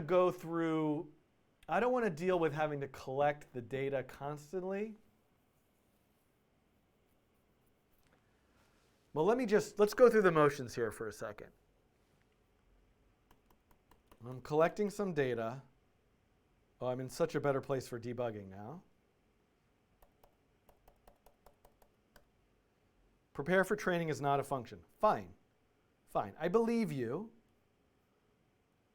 There's no prepare for training function.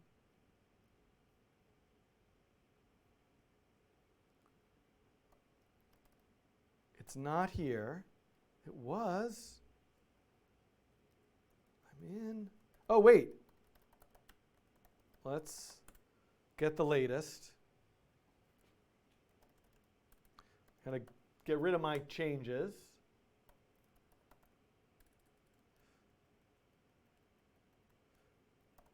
So I'm not synced with the latest that's on. Okay. Now I'm synced. Should have rebuilt the library. It rebuilt the library. Let me put my choo-choo back in there. Ah, see, again, I knew it was called something different, DIY neural network. Oh, boy.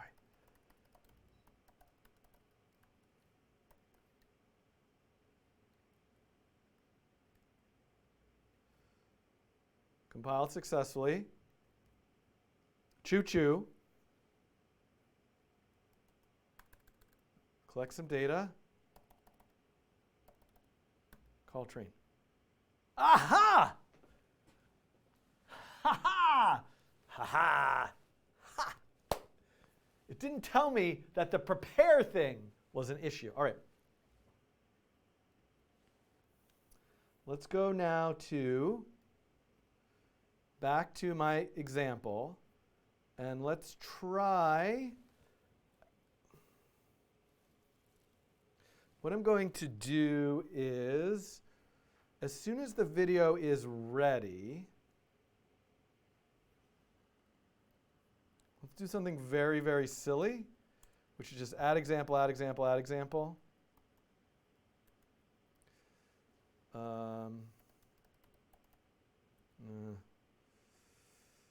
I wanted to like add some data real quick. Will that? Set timeout, add example A. So like do that 100 milliseconds from now. Let's add just like 2 examples. And then let's do a B.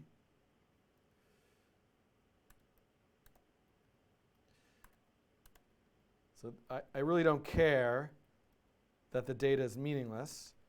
And then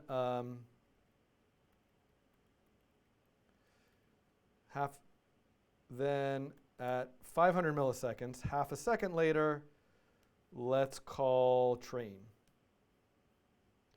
So pixel brain train, finish training. So I just want to do something to test this idea out that I want to quickly add some data. This is like a little quick sequence, like add some data and then call train and see what happens. Without, okay.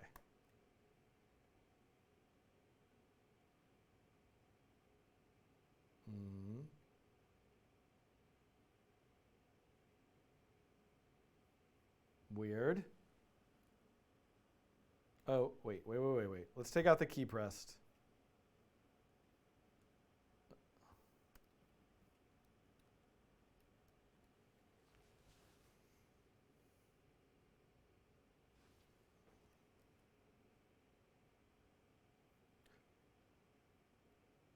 Sketch line 50. Weird. What is going on?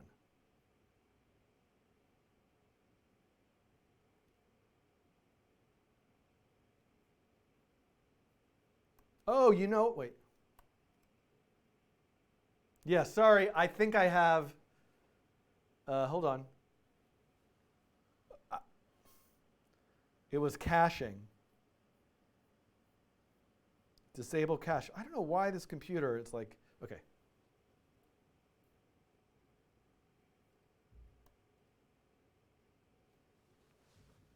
All right, so it's doing something.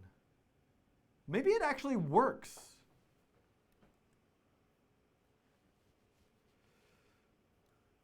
This is weird. Has it been working all along and I just have the wrong version of the library?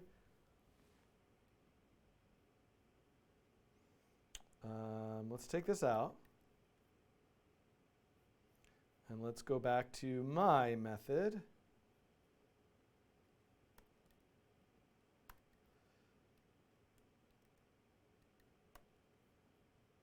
Okay, we're going to add some examples of me being here.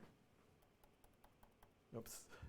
Okay, what's in the add example console log? Let's get rid of this. Yeah, that's fine. I'm here, I'm here, I'm here. What? Sketch 37. Get rid of this. I'm here, I'm here, I'm here, I'm here, I'm here, I'm here, I'm here, I'm here, I'm here. I'm not here, I'm not here, I'm not here, I'm not here, I'm not here, I'm not here, I'm not here. Now let me train the model. Oh, whoa. Huh. Well, that's wow, weird that it's like working now. So what's changed? So let me be more thoughtful about actually collecting some. Well, I was going to say, like, what better data could I possibly collect?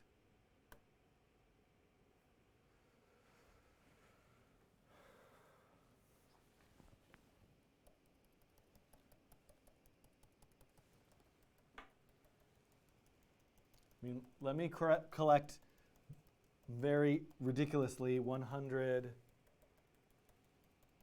samples. And then let me do 100 of not here.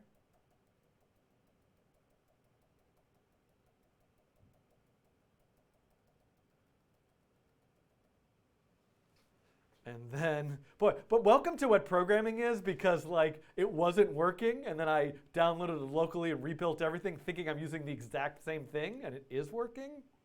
So clearly there's some mismatch somewhere, which I haven't discovered yet. This is what coding is.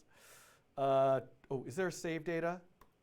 Okay, so I saved that data. I don't need to collect it again. Let me try training. Yeah. Oh, thank you, Marcos, for the Happy New Year message. All right, so this is totally working. What without, I don't have, do I have normalized data in there and I'm like going crazy?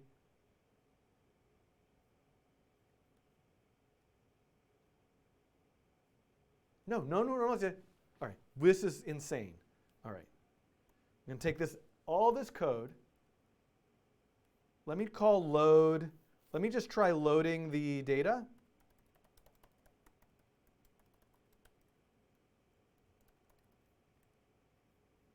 How big is this file? 1.4 megabytes. Shiftman.json. Let's just call it data.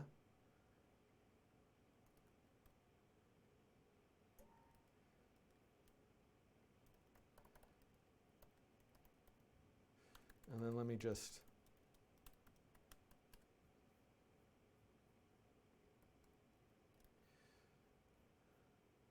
as soon as it's loaded, let me call train. So now I'm just seeing like, well, can I get this result again with no normalizing? Yes.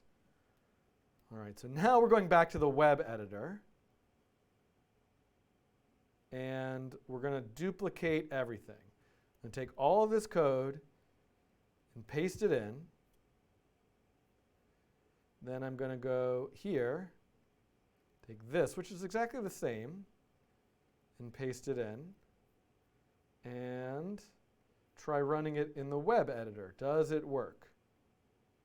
ml5 is not defined. Why is the web editor not able to load from localhost? I could have sworn I've done this before. That's weird. Why does this not work in the web editor? I could have sworn I have done this before.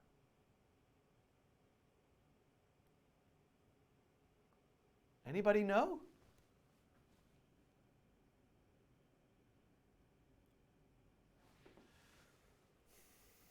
Weird. All right, so let's go back to here and do npm. Let's try building the library.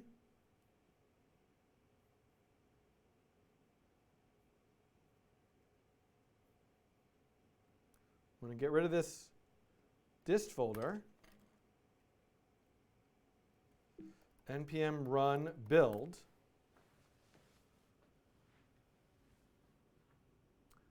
I don't think that I need my global IP address. I've been able to access local things before. Cores. I guess I need to have cores in it. I guess cores isn't enabled on the, but I'm accessing it from a separate server. Yeah. I'm using a different server for my example, though, or a different port. I don't really know why.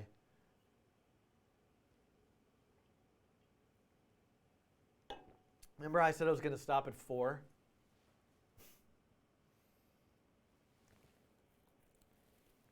I got to get back to my roots on this channel. All this machine learning, ML5 stuff is making me crazy. Come on, build this library. Okay.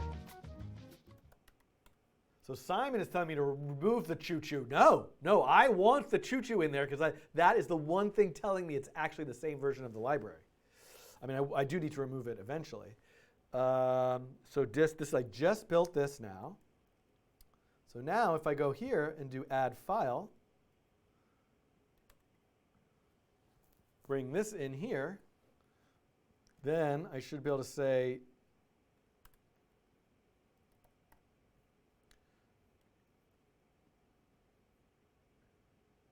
okay, good sign. It doesn't have the data. So now I can bring that data in.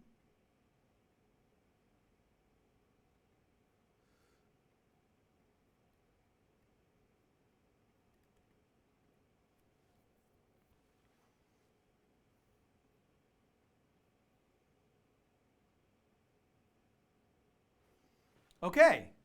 All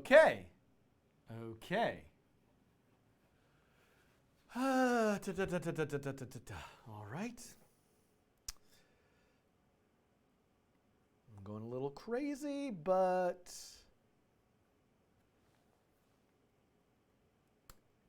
that's okay.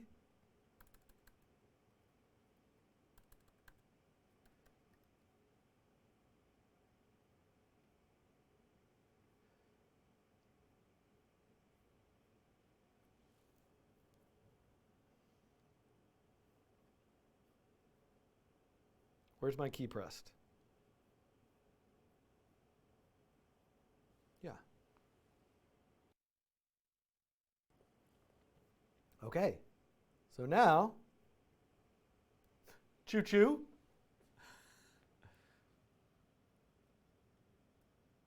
Oh wait, no. Not here, not here, not here, not here, not here, not here, not here, not here, not here, not here, not here, not here, not here. Here, here, here, here, here, here, here. Okay. I don't know what was going on. It's a mystery to me. I just didn't have the most recent in development version of the ML5 library that has some bug fixes in it that clearly make this work. And I just spent an hour discovering that. There was nothing wrong with my code. There's no bug in the ML5 library. I just was doing it wrong with the wrong edition, version, thingamabobber. And you, all 8 of you that are left, got to enjoy that.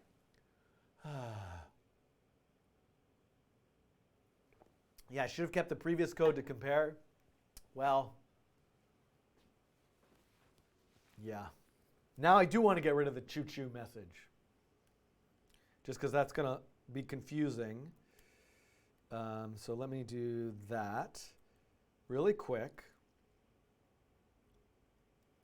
Let me do git stash. Then let me build it again.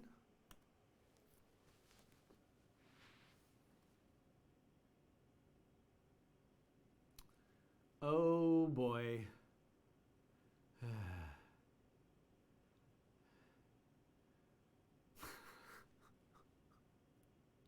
I'm so sad that the title of this video says Convolutional Neural Networks. Zachary MacArthur writes, I really enjoyed watching this, and that is very, very nice of you to say. Even if it's not true, I think it is true. That felt like a very genuine message, but even if it wasn't true, I appreciate the effort it took to write that. Okay. Come on, build. I want you to just start the music. Harmi is watching it from India, and it's 2:10 a.m. Thank you.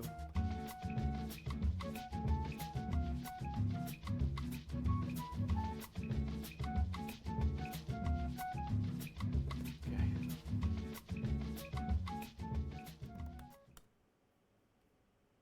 Right now, one more try. We're going to get rid of this version of the library.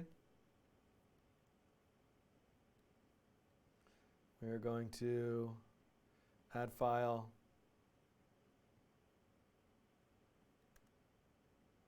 This version of the library.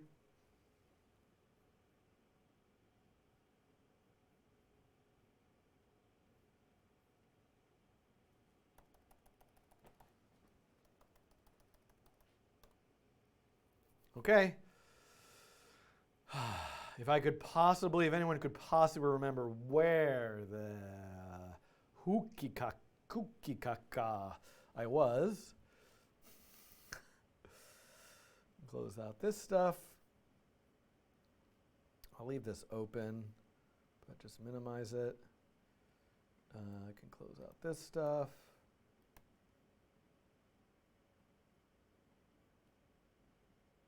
So I think, honestly, I'm just back to where I was. DT6, why don't you start streaming a little earlier like the good old days? I think next Friday I'll be streaming in the morning. So next Friday, where I will be continuing this, because I'm clearly not getting to that much of it today, I will be streaming in the morning. All right, normally, Isaac, I think, is reminding me of where I was.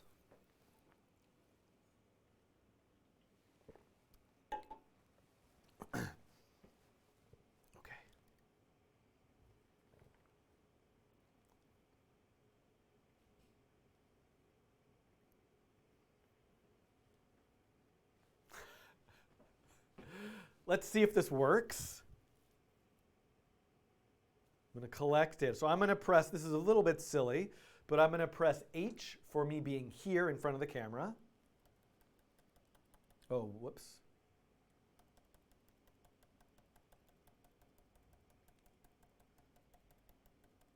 Then I'm going to move off to the side, and I'm going to use N for not being in front of the camera. So I'm not here. And I'm just going to do a little bit right now, and then I'm going to hit T for train. And whoa, loss function going crazy, but eventually it gets down. It's a very small amount of data that I gave it to train, but we can see that I'm getting a low loss function. If I had built in the inference stage to the code, it would probably start to guess Dan or no Dan. So let's add that in. So once it's finished training, let's add a function called predict or classify. Say classify video.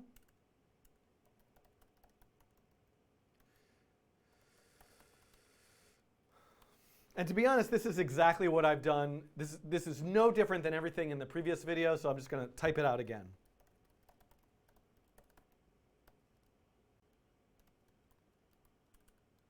Or maybe I'll just copy paste it. Let's go to, hold on.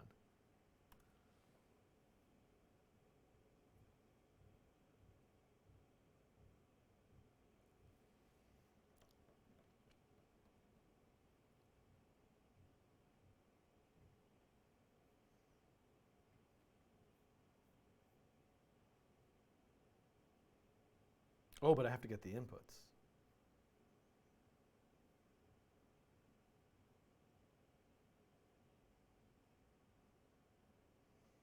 Oh, I'll do it again. Yes, sorry.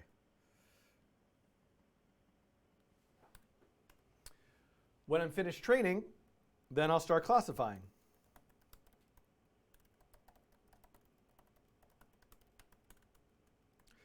The first thing I need to do if I'm going to classify the video is pack all those pixels into an input array again.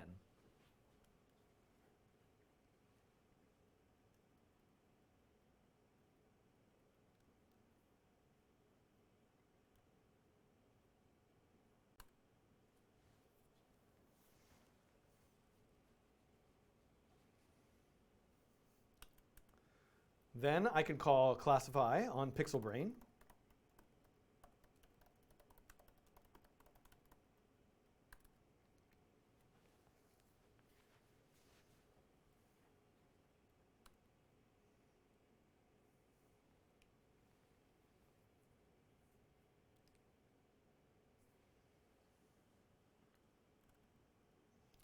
And add a function to receive the results.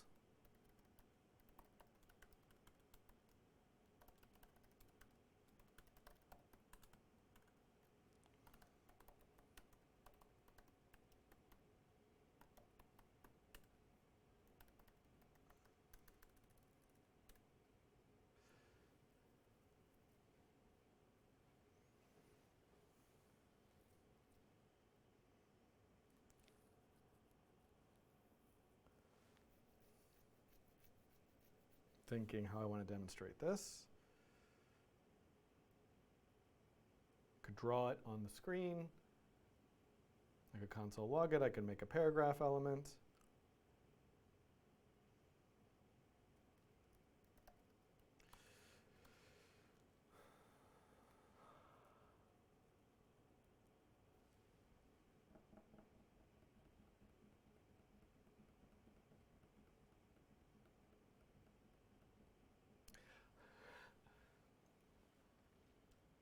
Let's do something fun and have it say hi to me. So I'm going to make this label a global variable with nothing in it.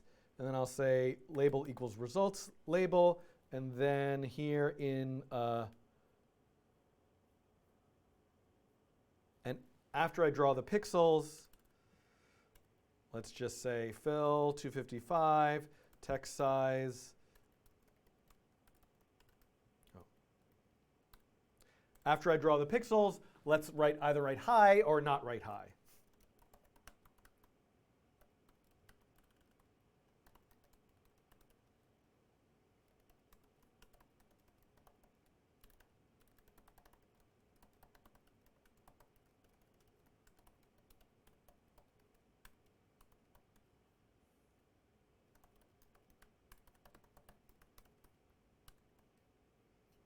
So just to see that this works, let's make the label H to start.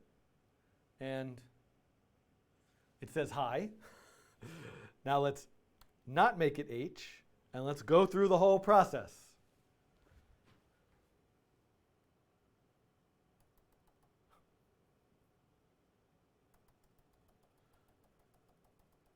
Oh wait, no, I'm doing it wrong. It's going to say hi when I'm away. Ah! Let's go through the whole process of collecting the data again.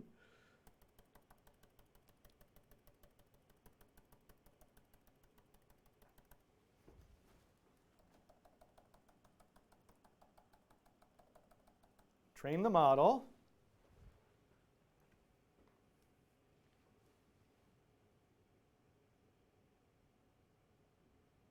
And it says hi.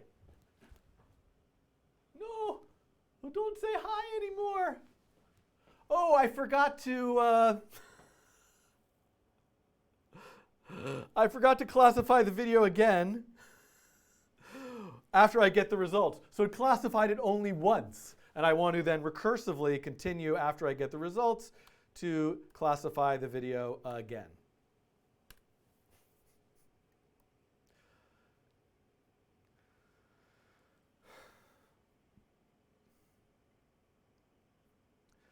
I actually, oops, I don't want to, oops, let me just say.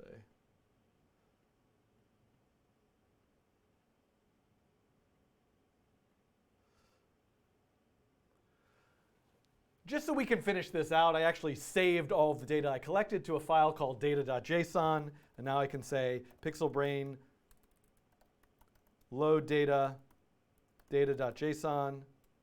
And when the data is loaded,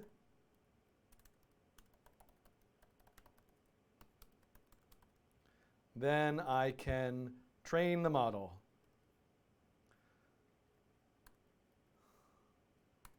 So now I've eliminated the need to collect the data every single time. Let's run the sketch. It's going to train the model. I don't really even need to see this. When it gets to the end, hi. No.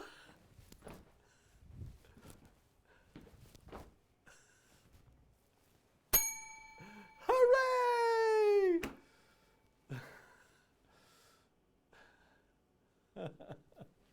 Oh, David Snyder, what did you miss? Oh, so much. So much.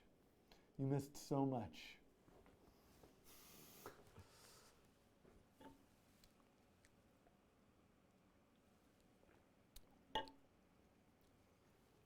Two things I'm really curious about is just to see how this works with objects.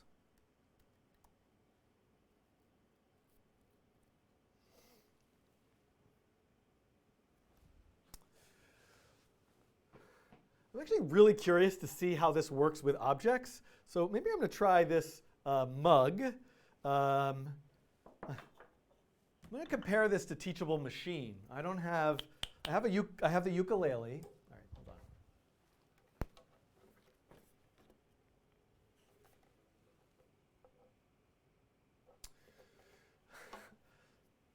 I'm really curious to see how well this works with objects.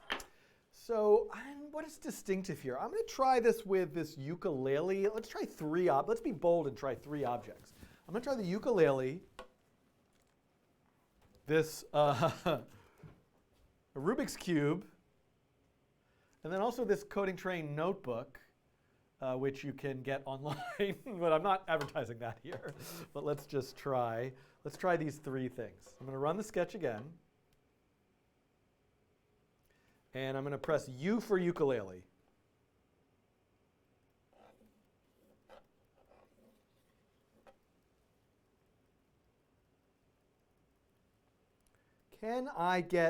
How will this compare to a Teachable Machine image classifier? This is just a vanilla neural network with one layer, a 10 by 10 pixels, one hidden layer. So that's a bunch of examples for ukulele.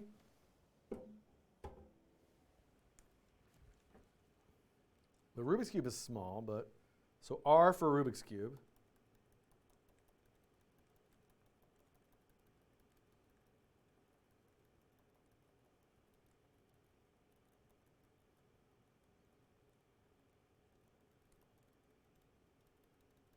Okay, and then notebook, N for notebook. Because I want to have something to compare for the convolutional neural network that I'm eventually going to build. All right. Now I'm going to save this data. So let me I'm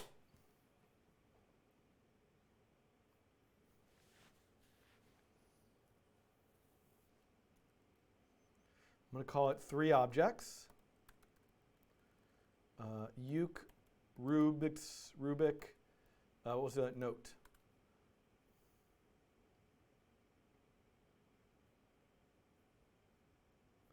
So I'm going to upload this file, Uke Rubik note. Let's get rid of this. I'm going to upload this file, Uke Rubik note, to my sketch. And I'm going to load that as the data.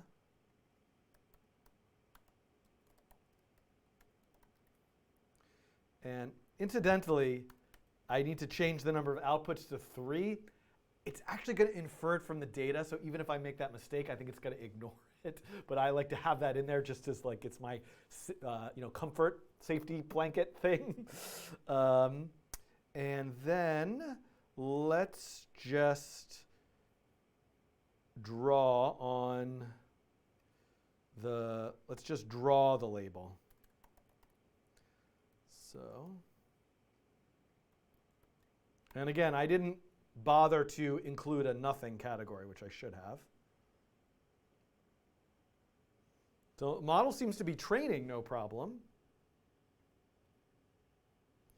And so now, okay, R for Rubik's, that's good. What else did I do? Ukulele? U for ukulele. Kind of working. And do I get an N? An N for notebook. Now you can see how sensitive it is.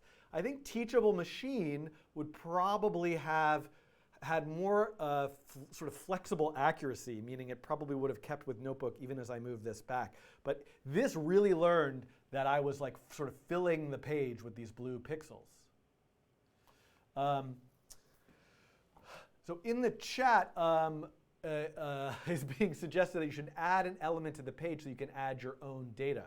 So right, you could now build an app where somebody coming to this could train their own model by typing in their own labels, and that's really what Teachable Machine does. But I'm not really trying to create an image classifier here. I'm just trying to demonstrate the sort of capabilities of ML5 with looking at just raw pixel information as input to a neural network. The next step is for me to go on to a new...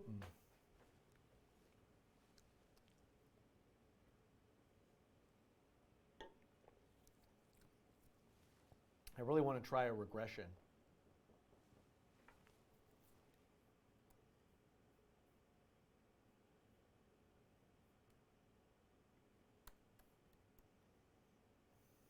Oh, I'll fix this later.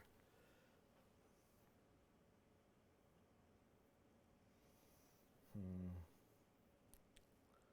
4 o'clock. It's 4 o'clock, people. One example a day is pretty much what I'm getting to, it would seem.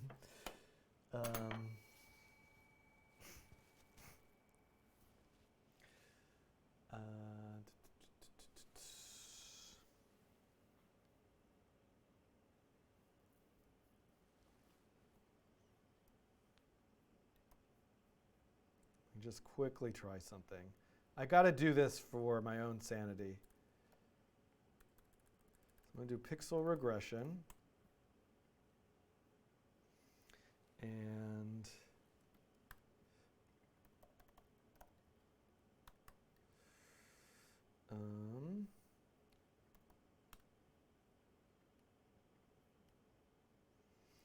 I just want to sort of like see this with the neural network, with this neural network regression example. So what do I need? I need all this stuff to do an oscillator.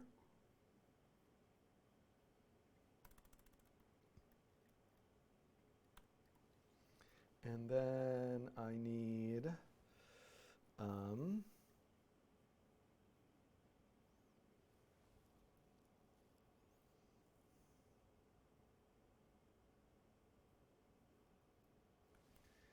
to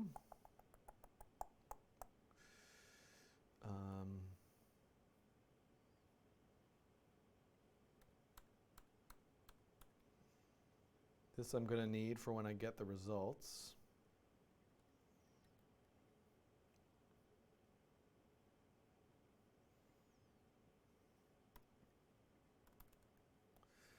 I want to create a slider.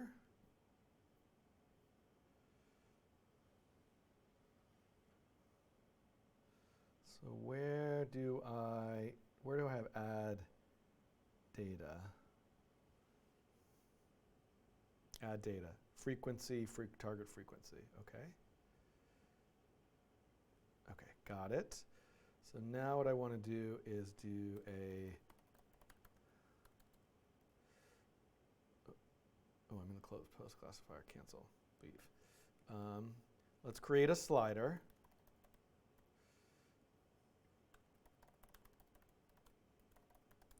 have it go from 200 to 800 and start at 440. And then let's do slider.input.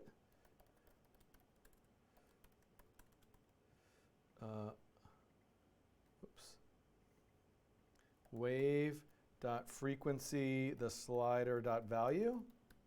So I just want to quickly see if I can get a slider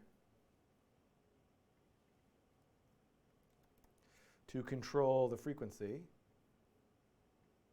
Do I need to say wave.play or something?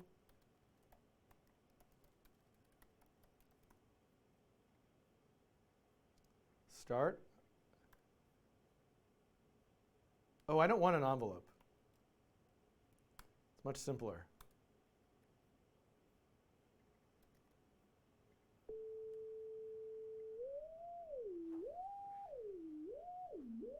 Okay, now I need to also make sure you're hearing this. So output, sound output, multi-output device.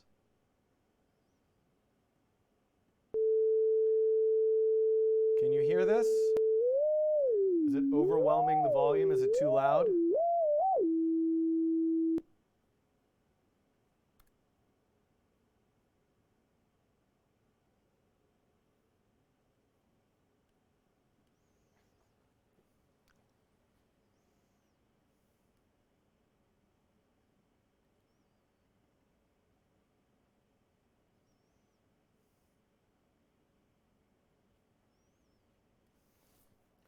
And then I'm going to do the thing where I'm going to do the thing where if I say D, well, keep S. If I say D, I'm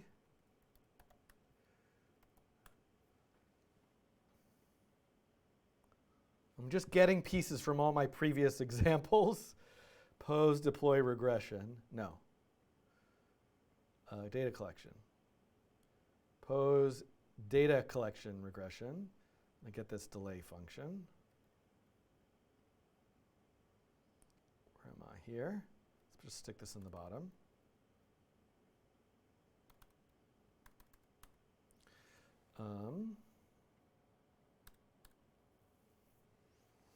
And then, oh no, then I say, let state equals waiting. And I say state equals collecting. Await delay 10 seconds. State equals awaiting. And then in draw, the target is now slider.value. Adding example, slider.value, because it's a regression, and that should be divided by 800. I'm going to manually normalize here. Continue to manually normalize. And then I'm just going to call in draw, if state equals collecting, add example.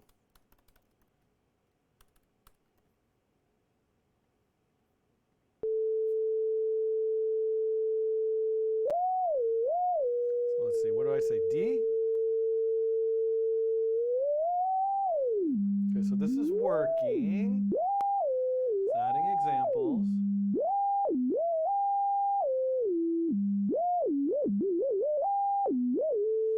And then if I hit T, all right, well, I didn't move, it's not going to learn anything because all the examples had the same image. So that's fine, let's stop. So when I train the model, let's set wave amplitude to 0. And then in got_results, do I have a got_results function yet? I need the got results function from here.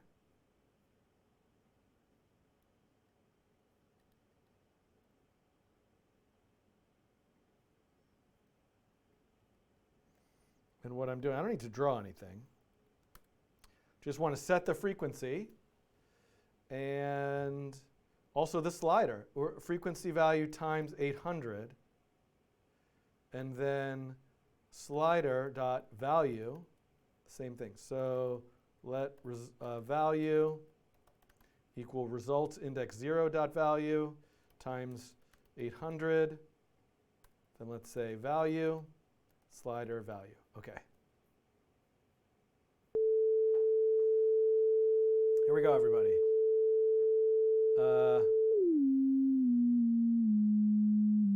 Should really invert it, but whatever. Now, what do I say? D?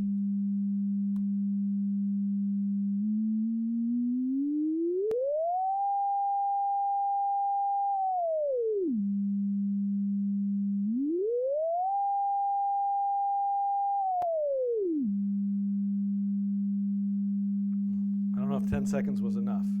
Let's save that data. Just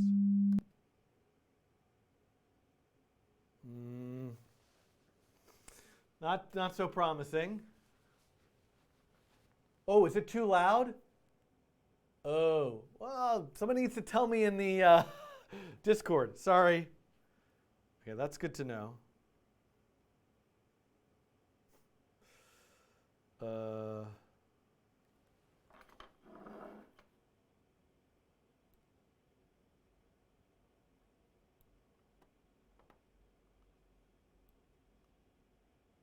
right, hold on.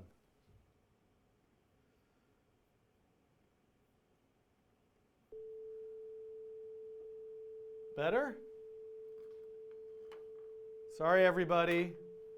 I didn't know.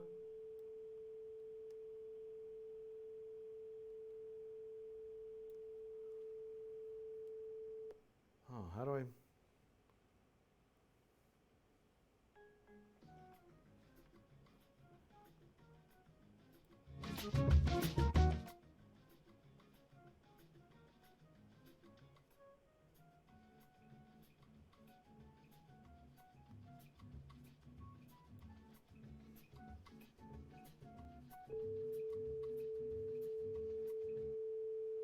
Is this okay?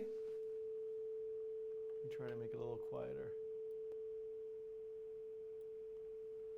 Okay. Sorry, everybody.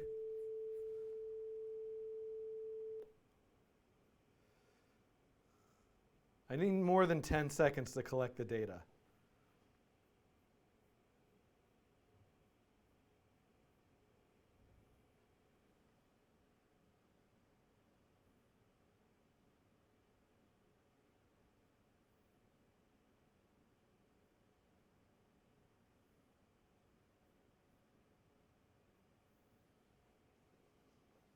Let me just, you know what? I should let it normalize itself.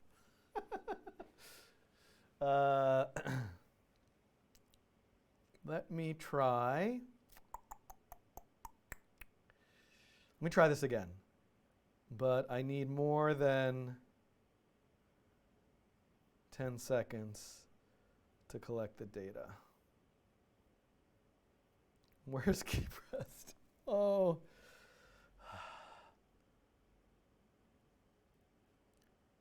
Let me give myself like 30 seconds, 30,000 milliseconds.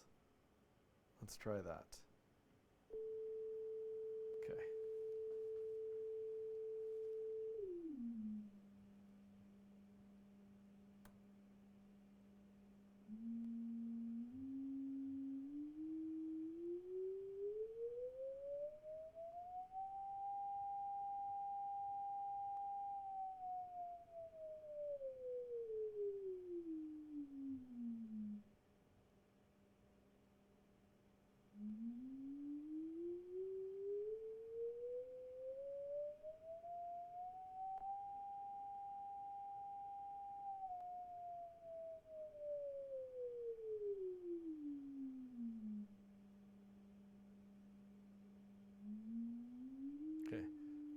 stopped.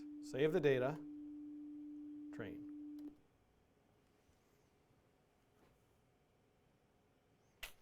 Why is it not learning?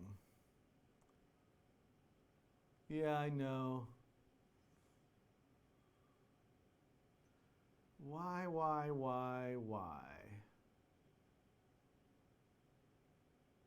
Ooh, hold on a sec. Something is wrong.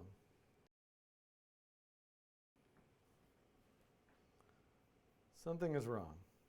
Did I save that data? Right? Oh, huge amount of data. Okay.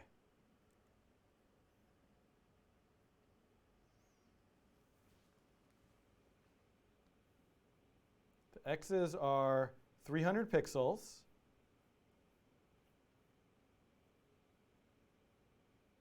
And the y is just a number. So this is right. The data looks right.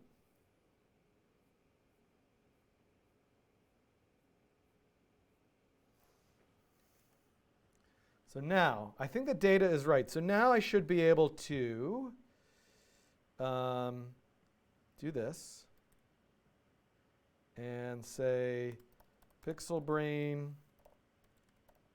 load data. Oh, it's not going to let me upload a 12 megabyte file to the web editor. Let's download this. Rah.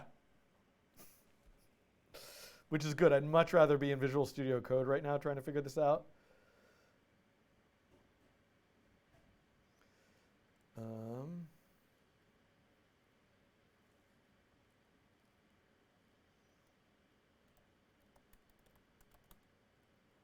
Ah.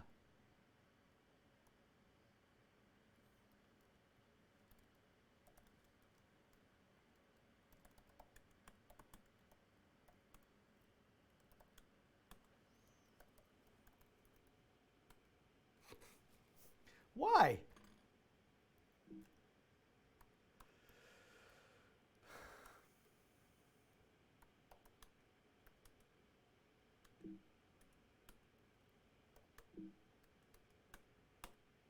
Well, why?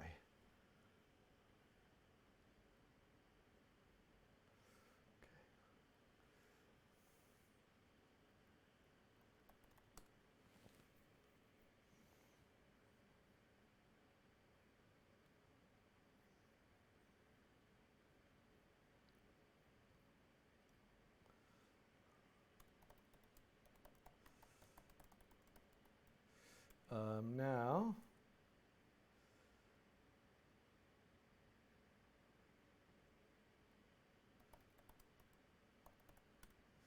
put this in here. I'm going to load.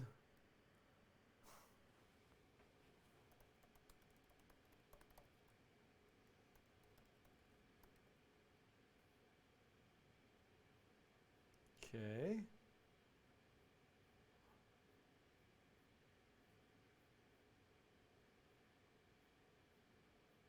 Okay.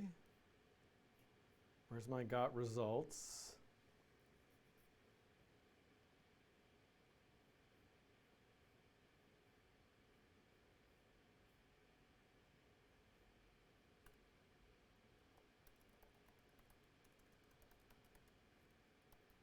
All right, let's see what happens here. Whoops.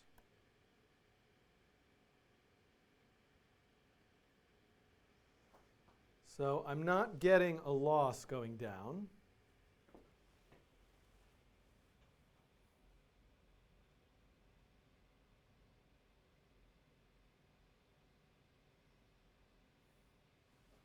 The posture is terrible. All right, good, but I'm getting an error. I like that. Okay, sketch.js line 66. Oh, weird. Entries.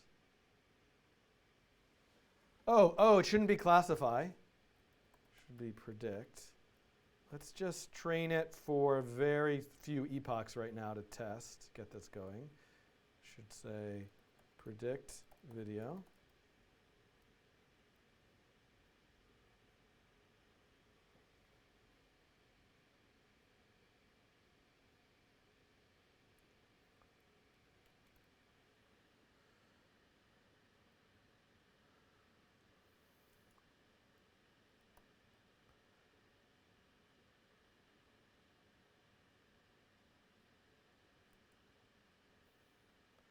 Where did I do the number of epochs? Let's just do like 5.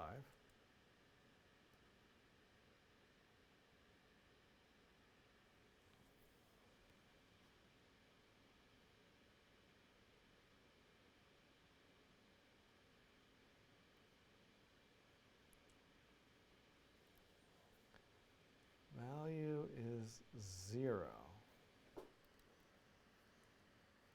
What did I miss about training? Inputs, task is regression. Why did this not work?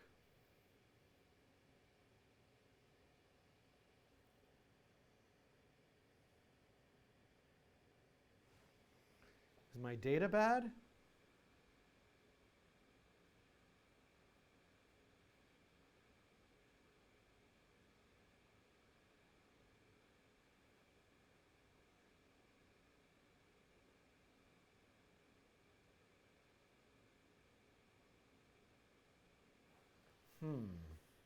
I think my data is good.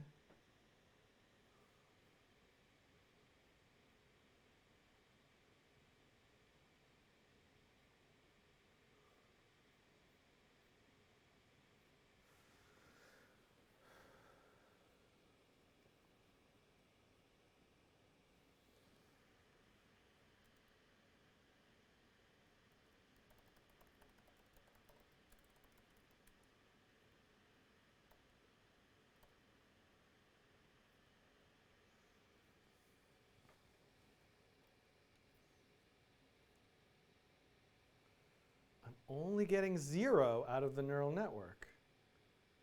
So strange.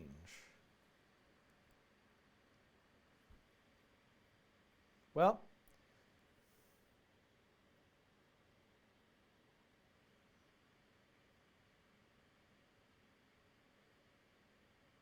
let's try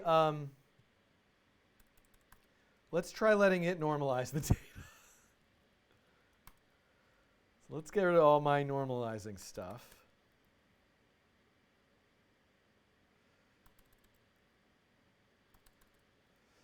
And let's do this again.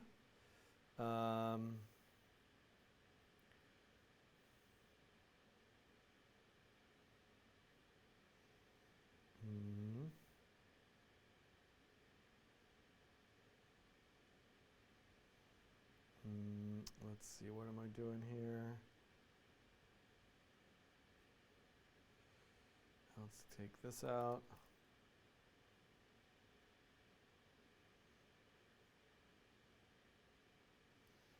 And key pressed.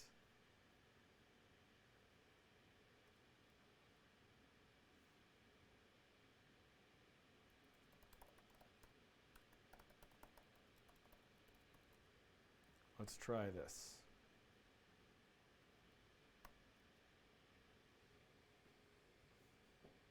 Oh, why am I not hearing the sound?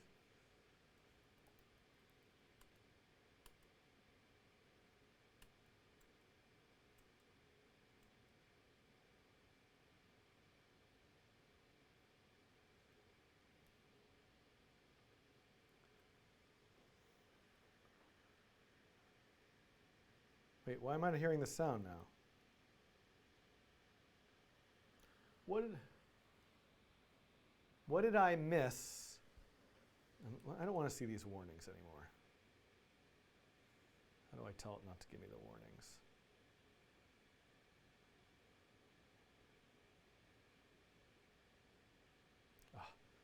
Font is too big. I don't care.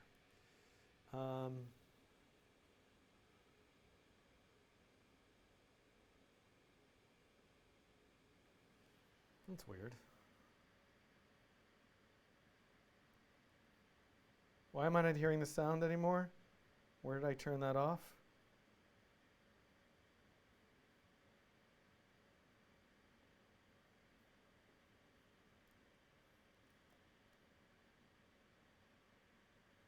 Oh. Oh, because of the the interaction stuff. Oh, I forgot about that.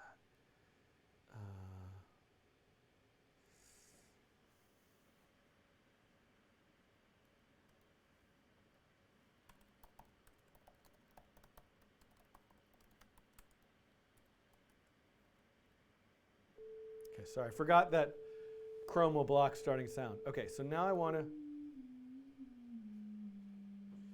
collect the data again.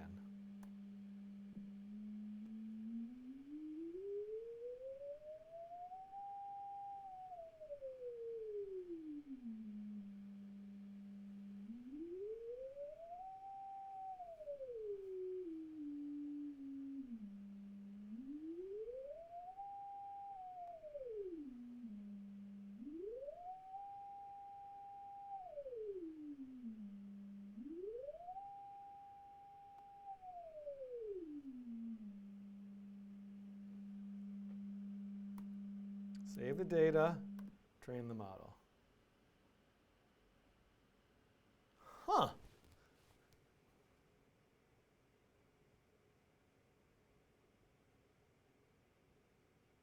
Remove outputs 1. I still have a divide by 255 left.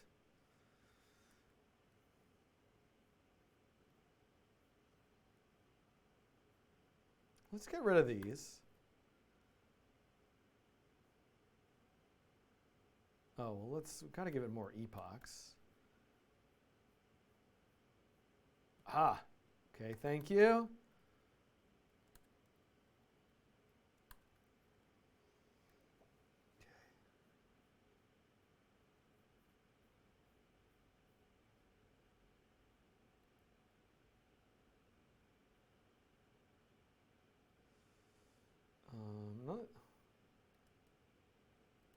All right, I don't need to collect data for 20 seconds.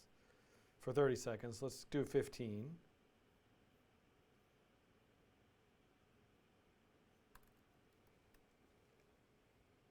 Oh, I do have 50 epochs there. Okay.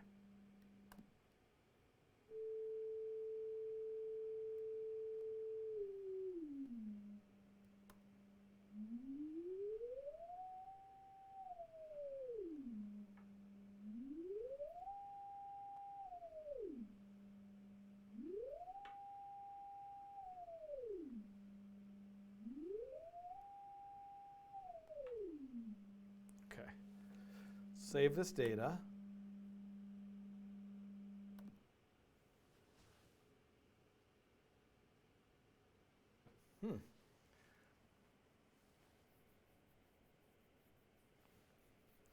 I wonder if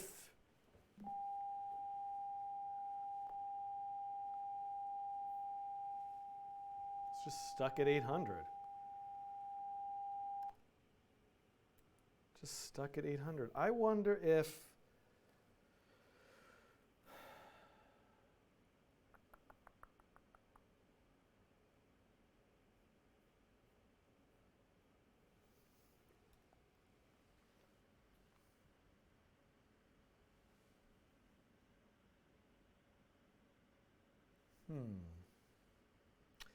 does it need? All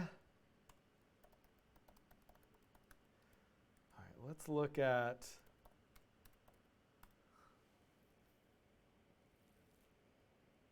no.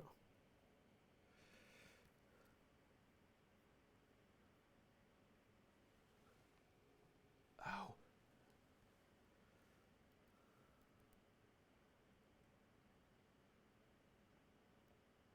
Let's try giving it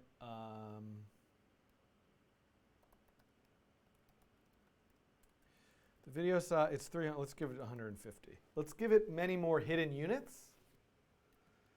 And let me grab this data I collected. So this is Pixel Freak 2.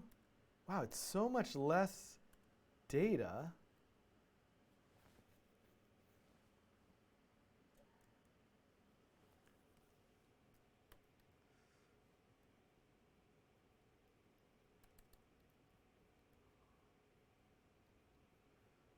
Now let's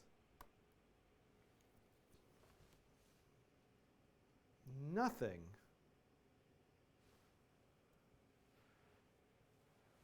150 hidden units, many more parameters. Oh, now I'm getting 1 out. Oh, because I probably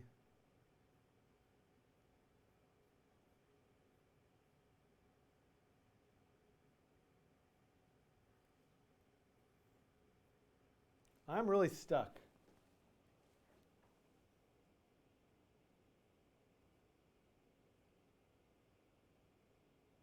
Well, I should give up on this.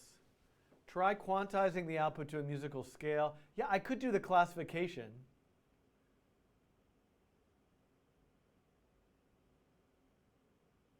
People are giving me some good suggestions, but this should, in theory, work. I'm worried that the data's bad, and I'm like, let's take a look at this. This one. These are all the pixel colors.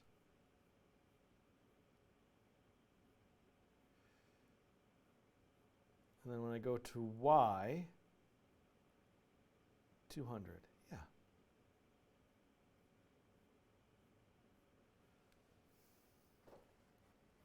$200. There should be. Wait a second. Wait a second. No, Y is 464.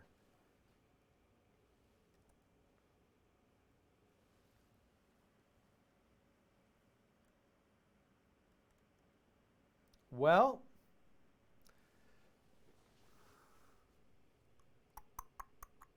I'm going to upload this for people to take a look at. I gotta just give up on this right now.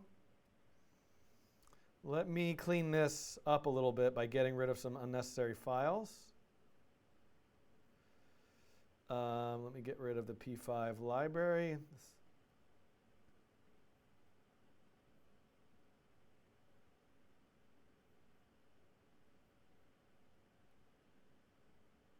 I'm going to let people take a look at this. Maybe somebody watching can figure it out.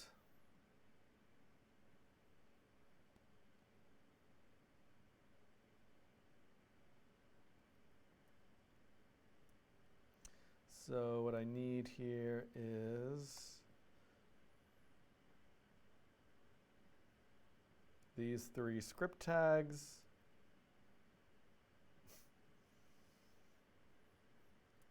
I'm sad today. Unsure about what I'm doing here and if any of this makes sense.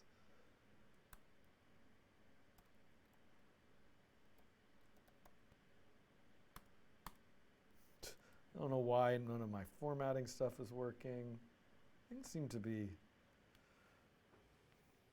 Okay. Wait, how is this? How am I having a loss of 300,000? What is going on? Something is wrong with my data. I mean, I could. It's so weird.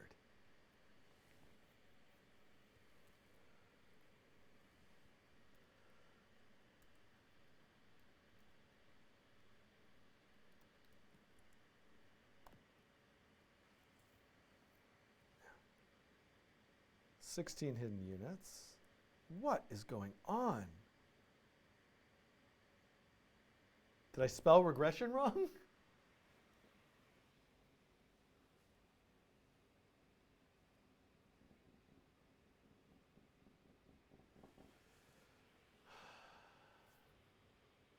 I guess I could try. Okay, I got to put this aside. I got to take my own advice here. And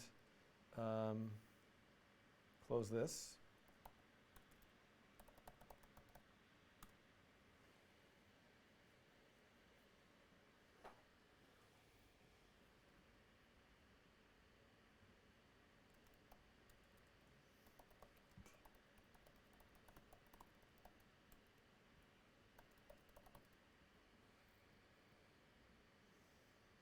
Okay, I'm going to just make a repo with this code.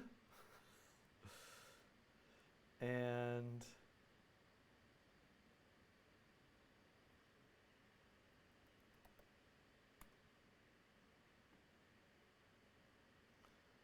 upload it.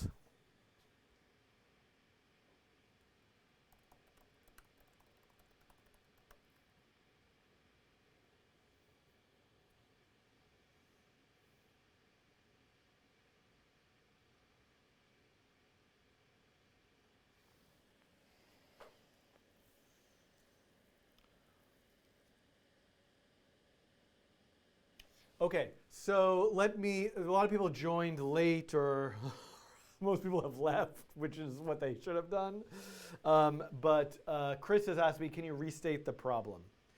So I was working on a tutorial video about the capabilities of ML5, and I looked at how to build an image classifier just reading a low resolution. Oh, whiteboard camera went off.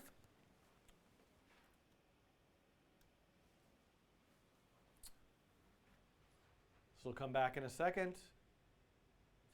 A low resolution version of the image with 300 RGB values. So 10 by 10 image, RGB for each one, 300 inputs into 2 or 3 different categories. Classification worked.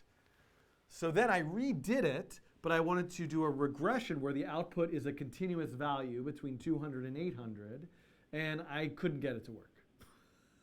I'm not sure where it went wrong, to be honest. My guess is that I actually don't. I don't know it, Mike. I don't have a guess. So did I miss normalized data? Did I actually forget to type in pixel brain normalized data? Oh, that was the whole point of me redoing this, so that I put that. Did I just forget to type that line of code in there? Oh, if this works. Well, I'm gonna, I don't know what, poop my pants? Is that the appropriate reaction?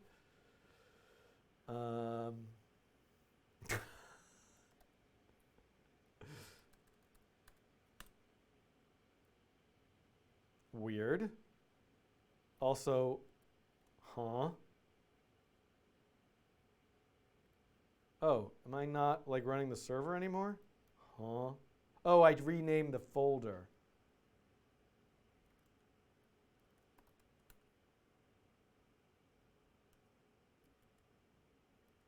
So many things. Well,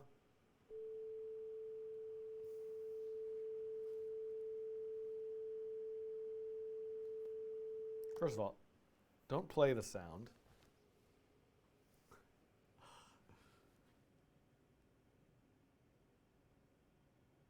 Lori wrote a very nice comment, which is you'll get it working at some point. Not getting something to work is always frustrating, but don't be too sad. It's always nice to see you work. Thank you, Lori, for that nice comment. I mean, part of what I'm doing is to show you that this is what it is. Dina is asking, can I make a logarithmic frequency spectrum? Yes. Take a look at the P5 FFT in the P5 sound library. But that didn't seem to fix it. What is going on? I feel like something is going on where the target is not right. Okay, I have to put this aside and look at this and come back to it. But let me at least go here and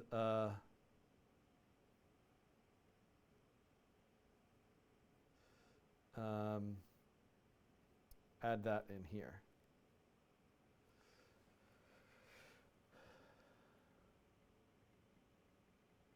Yeah, that should.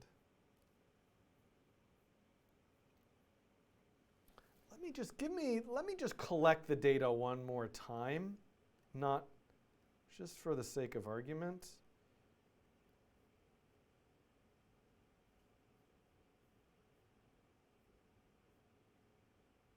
No, I put it here. Yeah, I put the normalized data in here.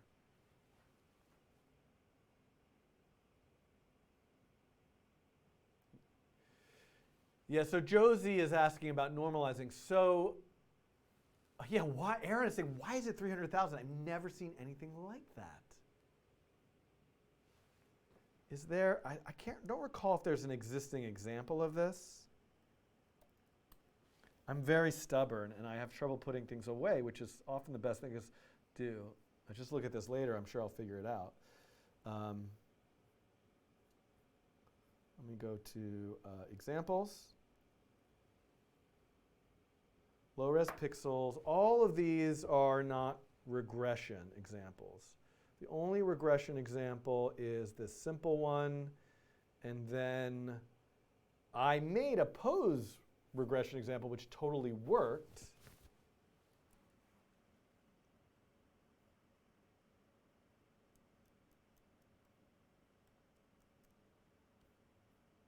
So one thing that I really want to do with this, and I should, hold on, let's be a little bit more thoughtful here for a second, is let's now clone this repo, because I want to just do a couple more things on this.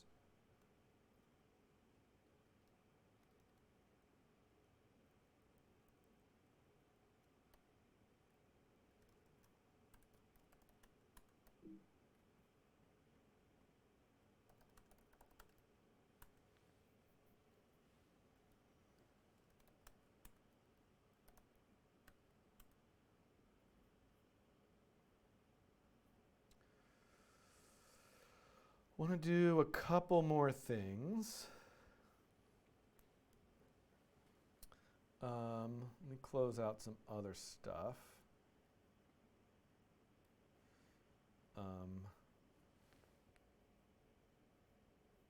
Oh, I don't know if it actually, no, I think it was right. Just do this one more time. Let me just, okay. So now, that's not going to work. I'm still running the other server, which I don't want to do.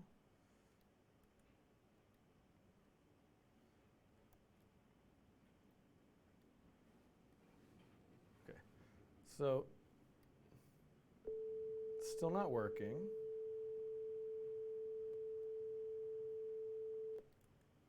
But one thing I want to do that could present a problem is I have some really redundant code, which is I make this input array over and over and over again.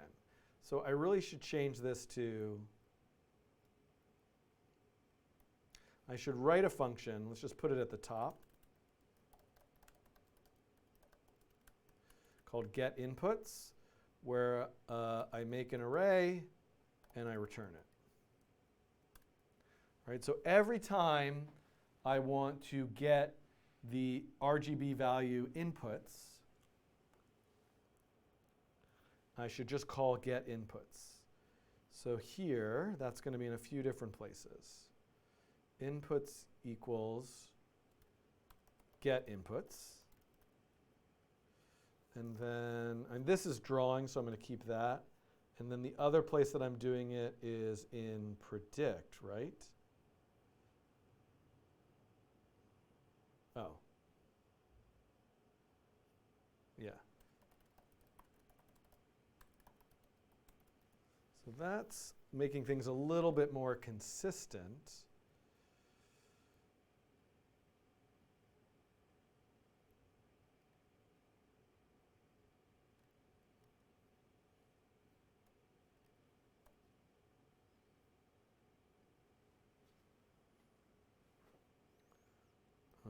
And let's not load the model anymore.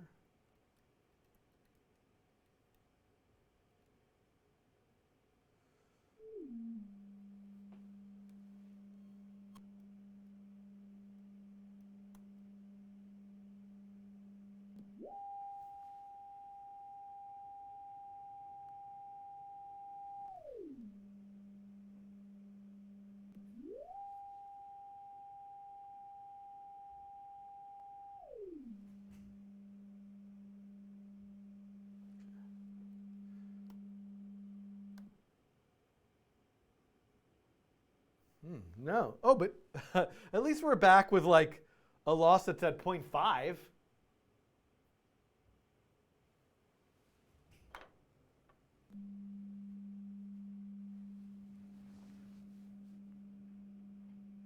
But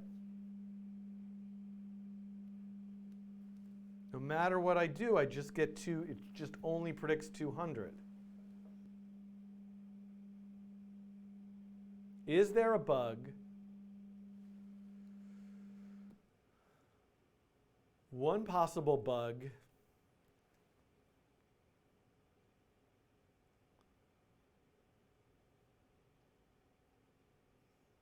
let me try this.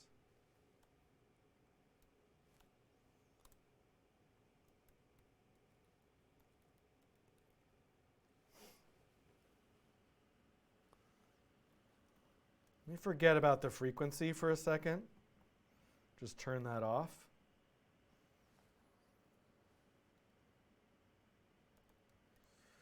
And then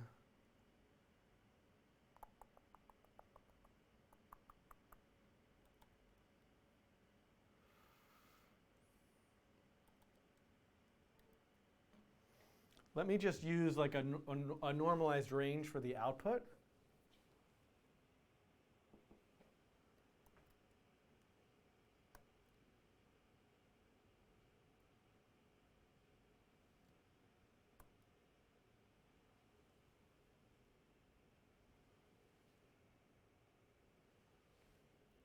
I have this suspicion that maybe the pixels aren't going in correctly. Like, am I like not reading?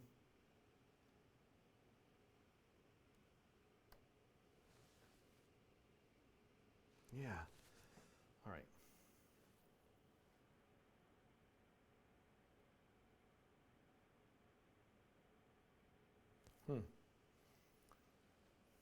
Only 0.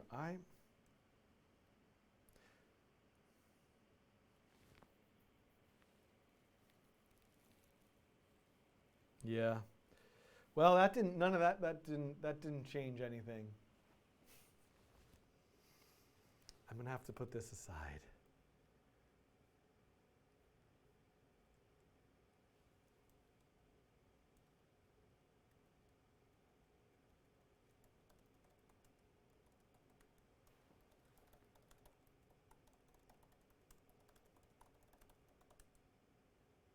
Just pushing those changes up.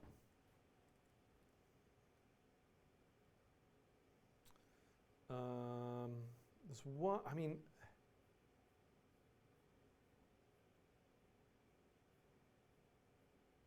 all right, we now see the problem. Do you have X, Y rotated in your pixel array?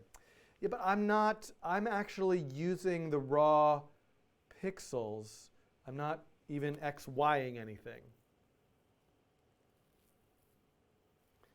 I'm going to have to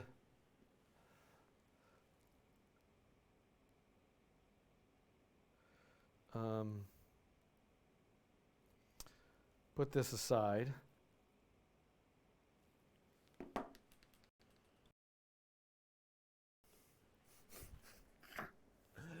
Let's just pretend that let's just go back to where I was.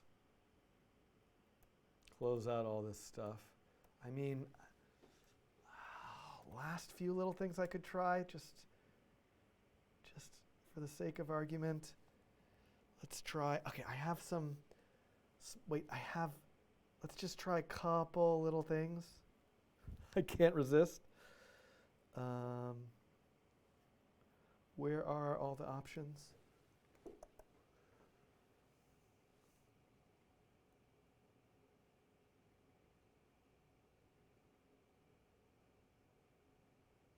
I mean, could a different loss function, is that what I need? Or learning rate? I think I'm gonna investigate this later. Take a break. Thank you. I'm going to go back to this one. This was where I started with it not working. I'm going to say open pixels neural network. Was this the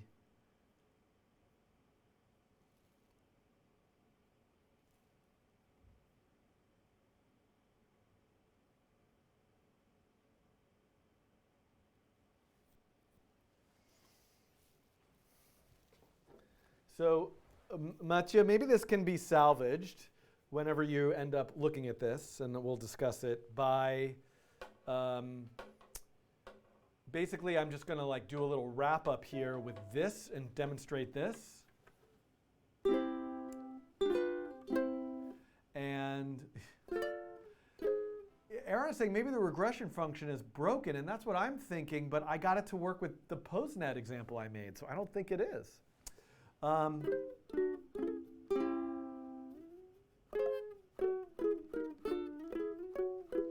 Muhammad is asking a great question, which maybe I'll join the Discord and I can help you out there. But I can try to answer. It is confusing, but there is a playlist that's good for getting started. So let me do this.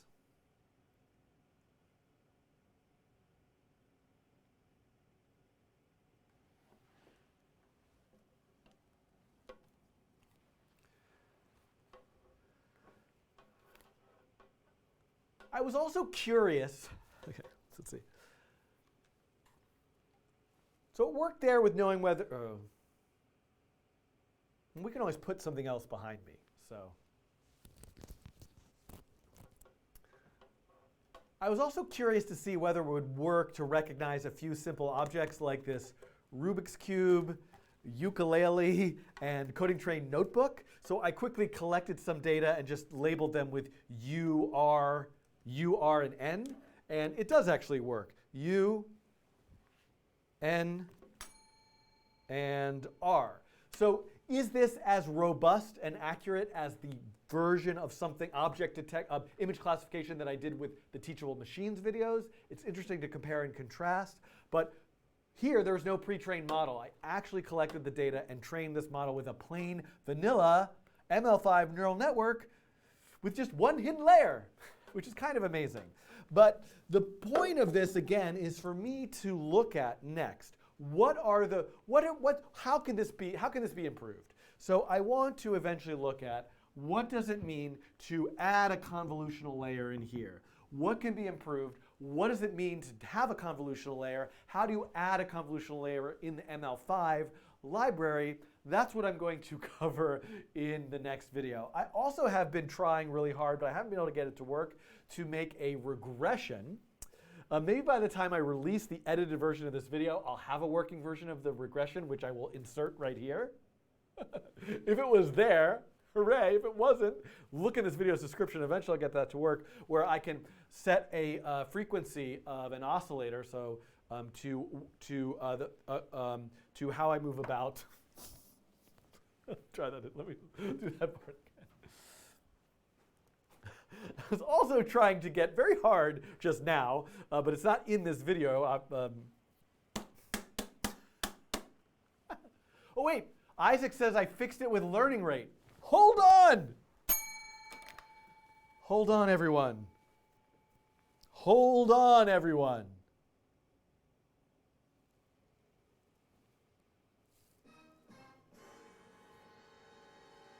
I was about to try the learning rate.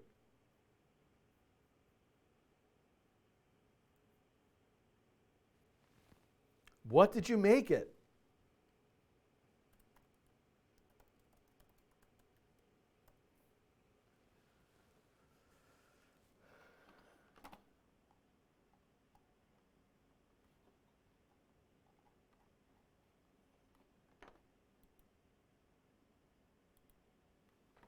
What did you make it? Let's try 0.5.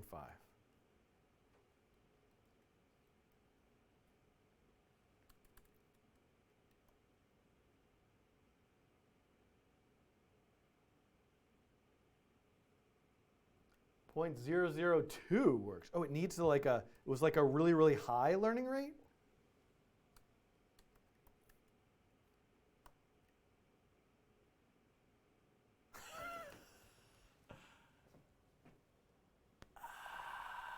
The defaults for regression in ML5 are bad. Bad defaults. Oh, this is very exciting. This is very exciting. Oh, Isaac, can I send you like a... Join the Discord and message me. I can send you a notebook or something to thank you. I think the activations by default are sigmoid. I don't remember what the holding horses sound. Can we finish on a high note here? I can't believe I didn't think to try that. Wait. I want to put all the frequency stuff back.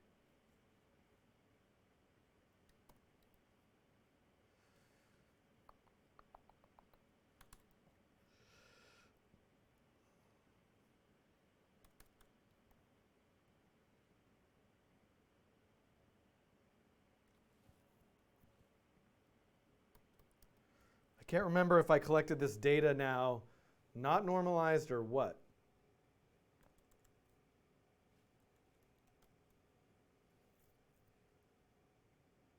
I'm so confused.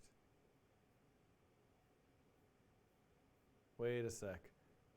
Oh, I did weird stuff to the slider.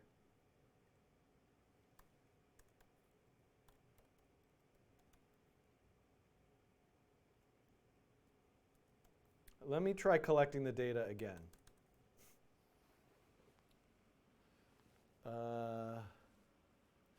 We learned today not to give up, which is true. 0, 800, 400. Just to start, hold on. I gotta I gotta collect the data again because I want everything to be consistent.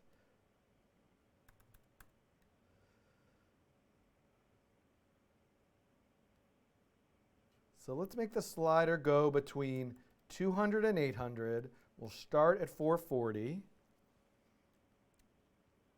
And I'm going to call normalized data when I train the model. I'm going to call normalized data when I train the model.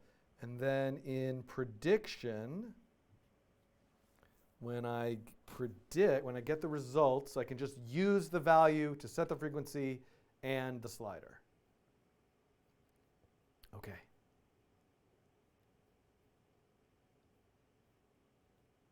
And I have all my options in key pressed. Where's key pressed? To turn this off, to save the data, to collect the data for 15 seconds. Okay, here we go.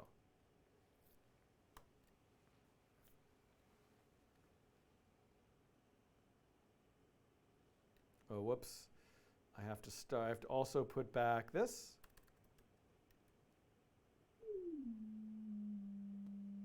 So now I'm going to start collecting.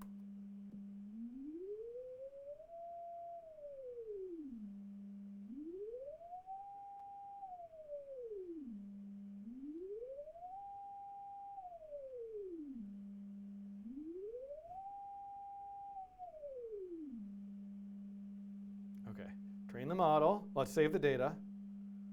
Train the model.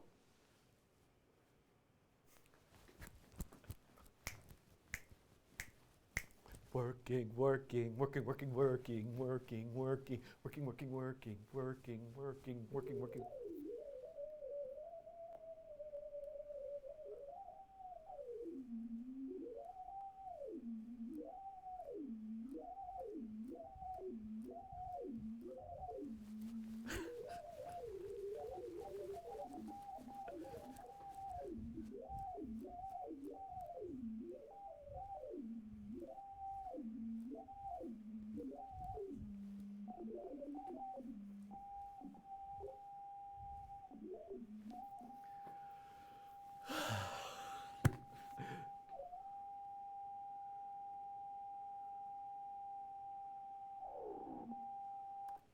Okay.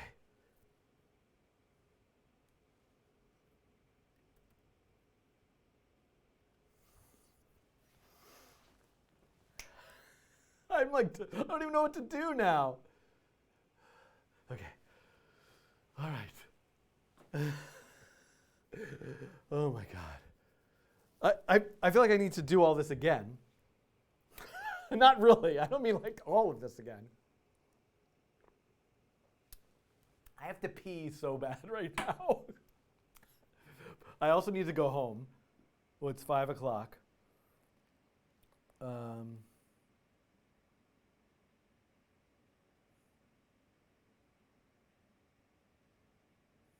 looking at my messages.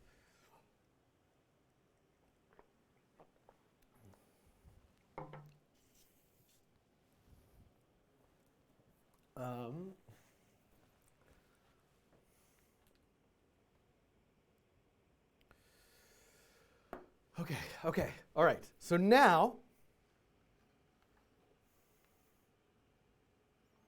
we are leave site. No, what's this? Yeah, leave. I don't want this. Okay.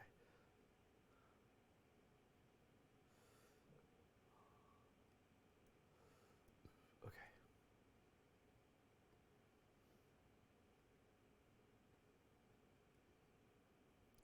this. And then there's this one. Whoops.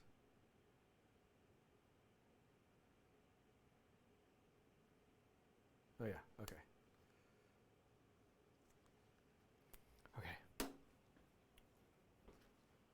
Okay, now,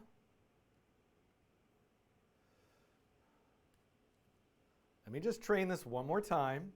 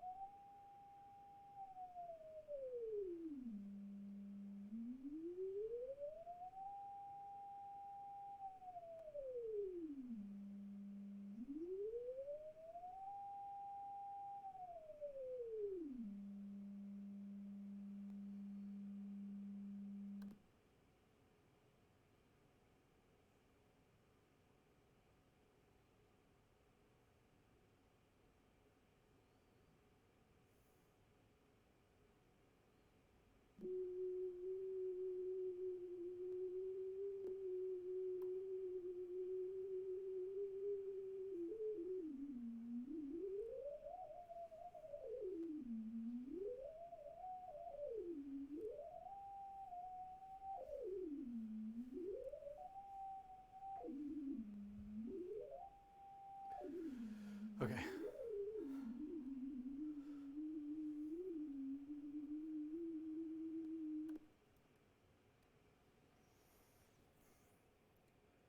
Just get the, I'm going to be done for the day in a moment.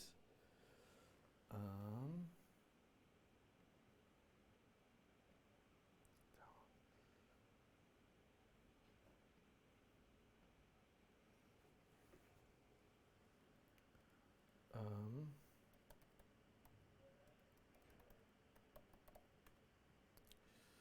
now,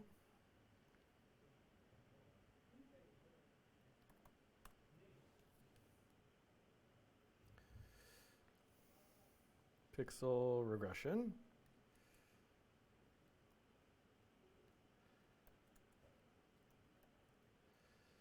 Okay, and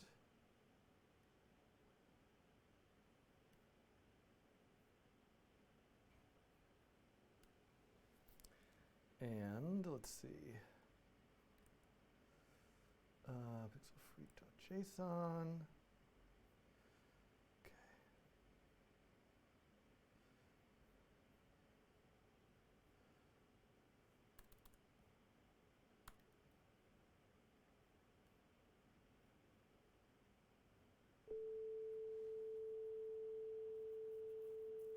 Hold on, sorry. I want this to do the right thing, which is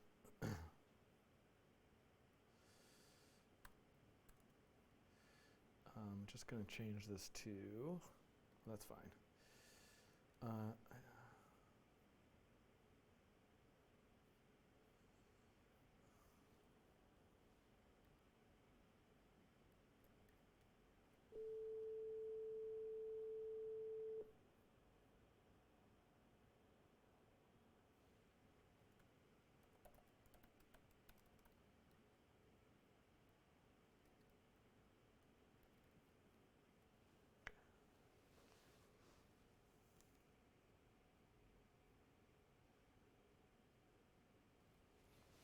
We'll make sure this works in the web editor.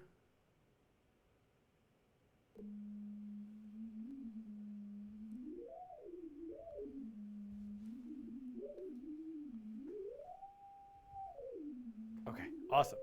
All right, now.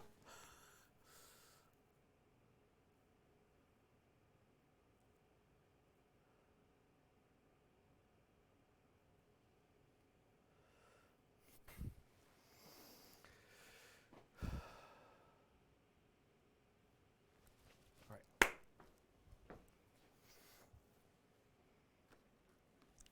I'm going to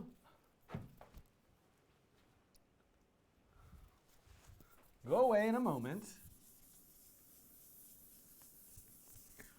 That's kind of pathetic. So I was going to maybe draw that again there. Okay.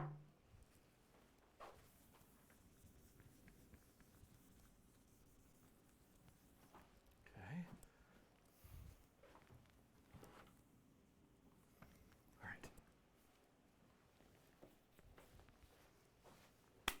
Okay.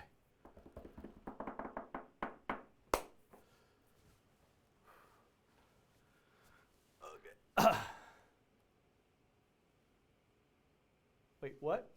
I don't know what people are talking about in the chat now.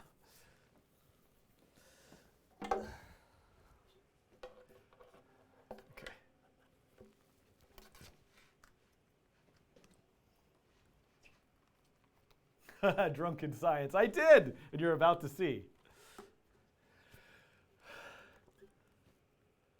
Since I was able to get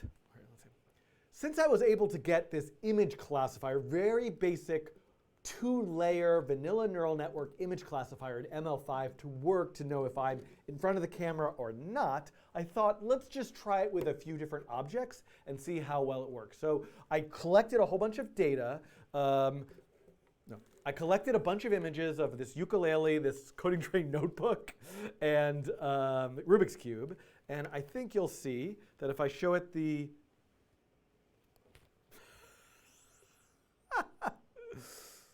must have moved the camera. It's so sad. Rubik's Cube. Oh, it's all like off. Notebook.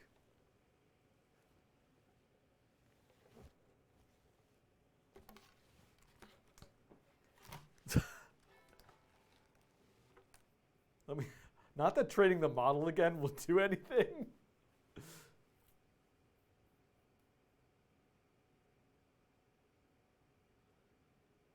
You know what? I have plenty of footage that we can put behind me of it working. I don't have a base class. I should have had one. Why? Is this the wrong data file? No. Whoa, what is going on?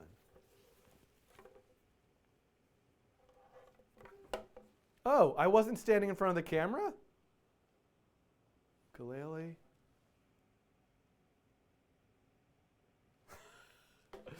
All right, let's try. I'm a crazy person, and I refuse to give up.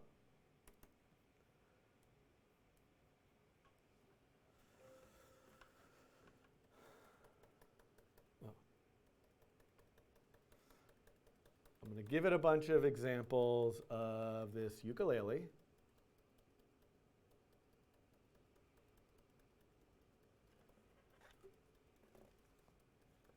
All right, let's actually.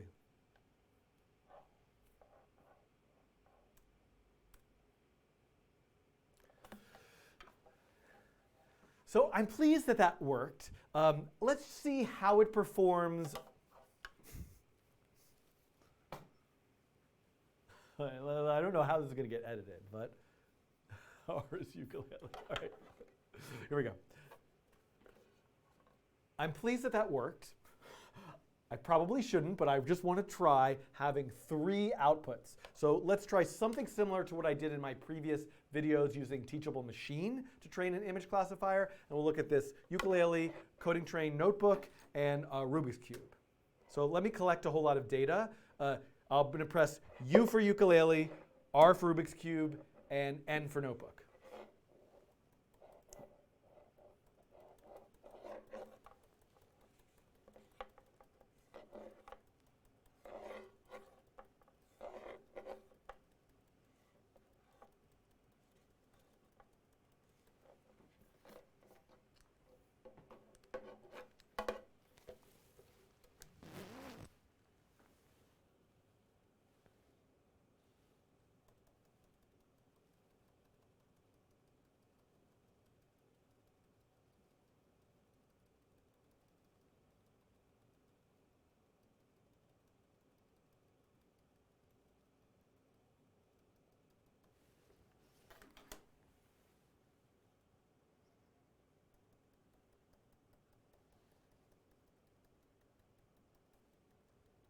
Oh, the camera went out.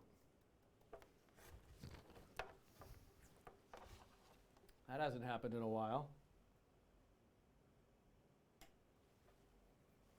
Oh, I have to refocus it. What a pain in the neck.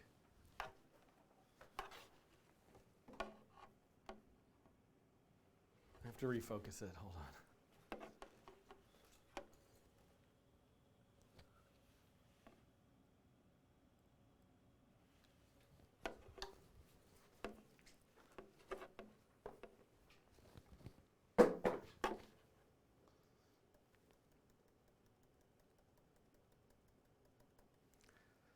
Save the data in case I need it later, and train the model. Why didn't I remember to do a nothing? All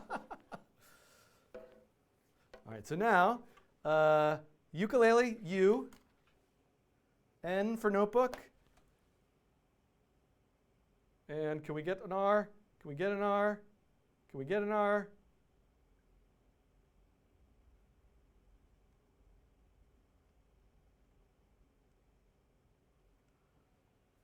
Aha, sorry. I stood to the side when I was doing the Rubik's Cube, so that is pretty important. So it's not working so well. So that's not a surprise. I don't expect it to work that well. This is why I want to make another video that covers how to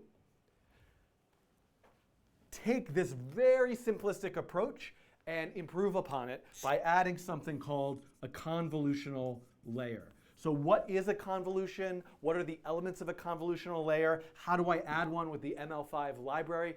That's what I'm going to start looking at in the next section of videos. And we'll see, does it work better?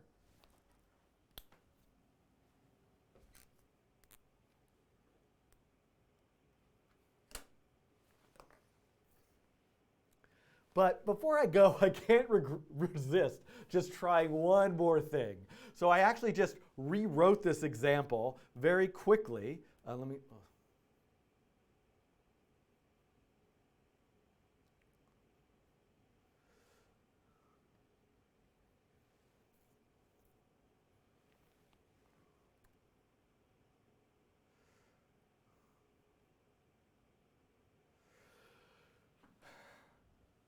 But before I go, I can't resist just doing one more thing, because I really want to look at and demonstrate to you what happens if you change from using pixel input to perform a classification to a regression. So I took code from my previous examples that just demonstrated how ML5 and regression works, and I changed the task to a regression. I had to lower the learning rate. Thank you to the live chat who helped me figure this out after like over an hour of debugging. I had to lower the learning rate to get this to work, and train the model to what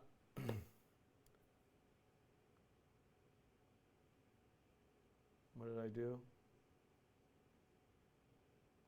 And train the model with training data of me in different positions with different wave frequencies for a.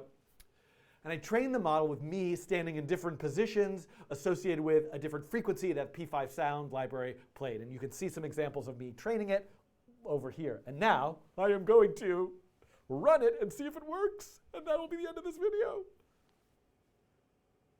So I had saved the data, and now it's training the model. And as soon as it finishes training, you'll be able to hear.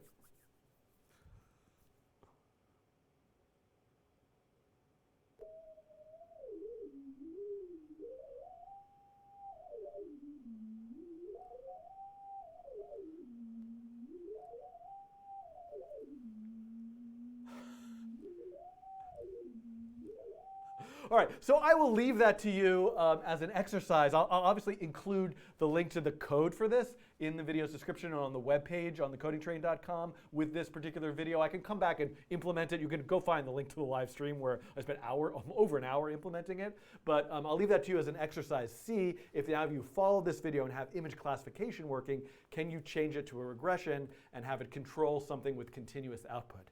Okay. Whew, if you made it this far, thank you. And I will be back and start to talk about convolutional neural networks, what they mean in the next video.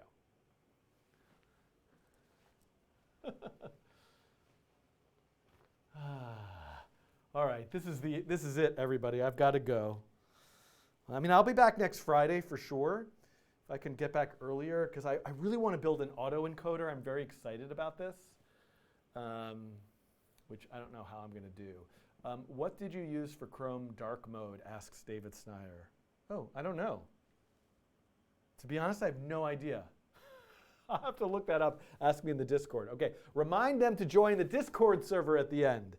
You can join the Discord.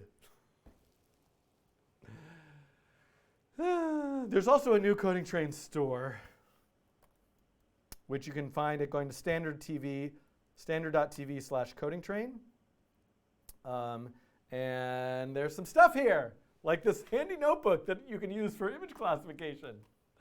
So just wanted to point that out. If you're interested, you can check that out. You know, I'd also say there's this is part of standard.tv, and there's a ton of other creators with really wonderful stuff here that you can also look at. And I'm done. I'm done. Can I answer a few more questions? Can you code it so that when the sound reaches a certain note by the person moving to take a photo? Yeah, so you could make that's a great idea for a project. You could do a classification.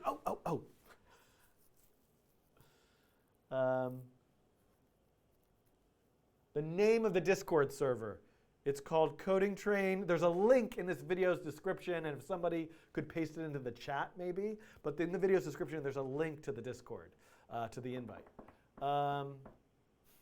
Aaron, thanks for the option of the advice about using filter. This is a great idea for a project. Maybe we can include this. We'll see. Someone, who was this in the chat?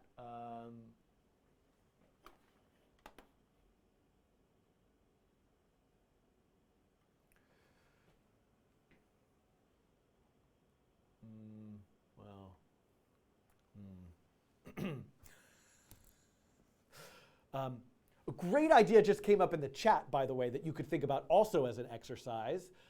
How would you make a photo booth that recognizes something and then takes your picture? Of course, you could have done that with the Teachable Machine stuff, so I don't know how great that a suggestion is. Never mind. But that's a great idea. We won't include that in the video, but that is a great idea.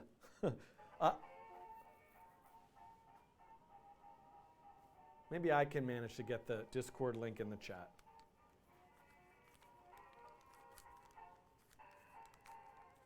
Let's see if I can solve this before the song ends. I haven't been cubing in quite a while.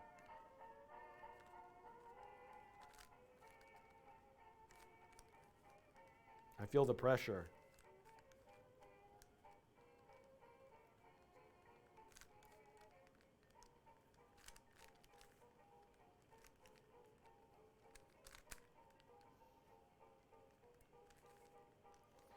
Where's that other silly white piece?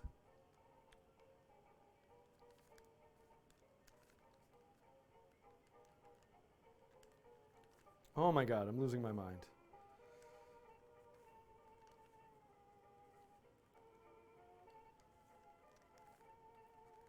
I'm so ridiculous. It's been so long since I worked on a Rubik's Cube. Now it'll go fast, because I just forgot what I was doing.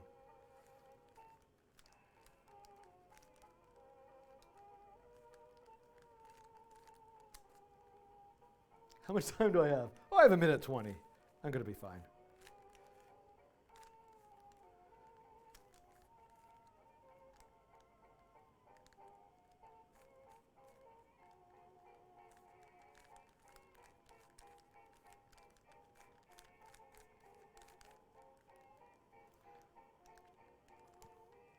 What am I doing here? What am I doing here?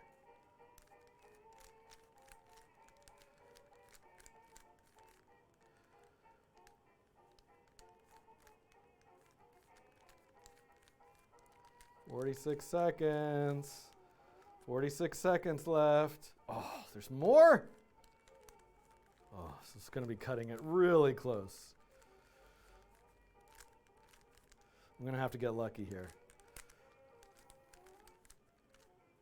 Ugh.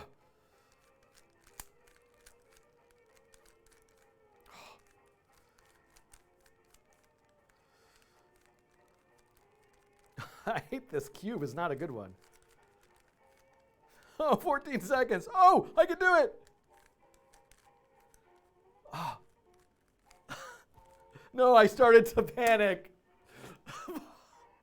I started to panic. I started to panic. I started to panic. Let me just give me a second here, everybody.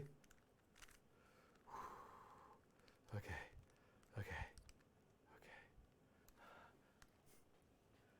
I'm going to give myself 20 seconds again.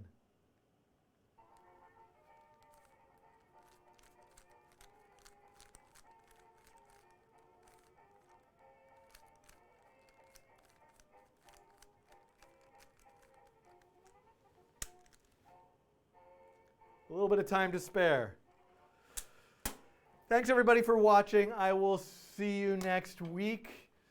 Is it possible to save an ml5 neural network as a JSON? This dot, that would actually be a good feature. I think, yes. I don't know if that's easily done in ml5. Thanks everybody for watching. I'm gonna go, and it's gonna be the weekend, and this might get edited into something, and I gotta come back and talk about the convolutional stuff, and I guess that'll be next week sometime. Thanks everybody.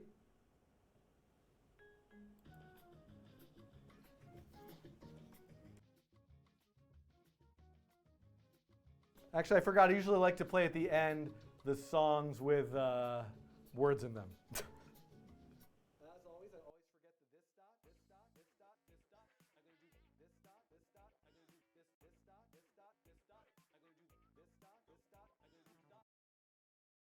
Just to come back for a second, Aaron, yeah, I want to actually eventually start to use images from files and not the webcam. So I will have to investigate that.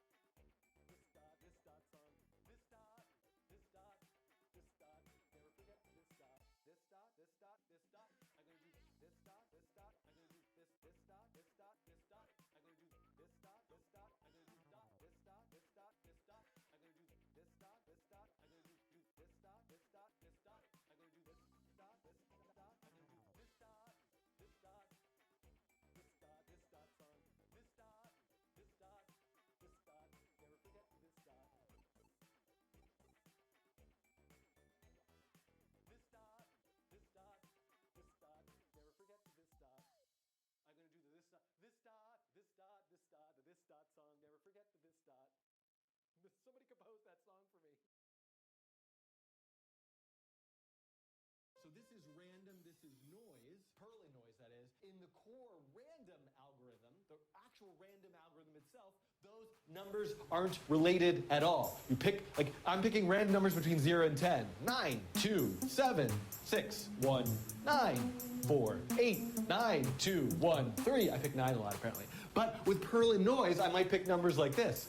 2, 3, 4, 3, 4, 5, 6, 5, 4, 5, 6, 7, 5, 6, 7, 5, 6, 7, 8, 9, 8, 7, 6. Well, this is like Perlin noise performance art. 9, 2, 7, 6, 1, 9, 4, 8, 9, 2, 1, 3. I think 9 1.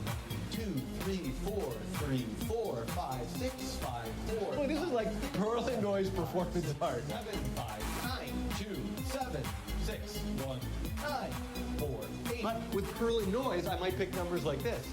2, 3, 4, 3, 4, 5, 6, 5, 4, 5, 6, 7, 5, 6, 7, 5. Perlin noise that is. Perlin noise. So this is Perlin noise that is. Perlin noise. This is Perlin noise that is. Perlin noise. So this is Perlin noise that is. Perlin noise. Perlin noise that is. Perlin noise. So this is Perlin noise that is. Perlin noise. This is Perlin noise that is. Perlin noise. So this is Perlin noise that is. Perlin noise. Perlin noise that is. Perlin noise. So this is Perlin noise that is. Perlin noise. This is Perlin noise that is. Perlin noise. So this is Perlin noise that is. Perlin noise. Perlin noise that is. Perlin noise. This is Perlin noise that is. Perlin noise. This is Perlin noise that is. Perlin noise. So this is Perlin noise that is. Perlin noise. Apparently. But with Perlin noise, I might pick numbers like this.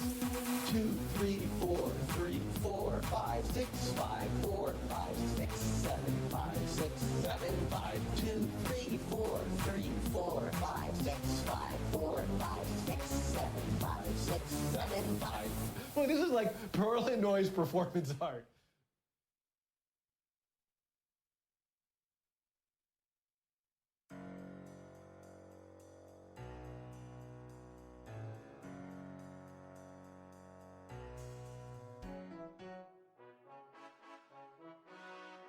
I'm going to say once again, here we go, sing it with me. It's the polar Cartesian coordinate song.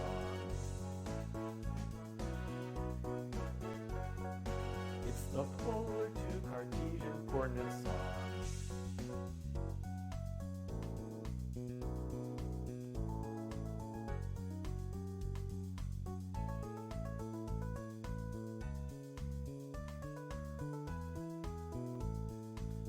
Auto-tune and the internet will fix that for me.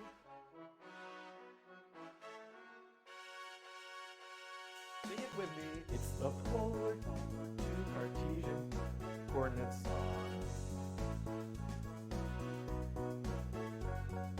It's the polar to Cartesian coordinate song.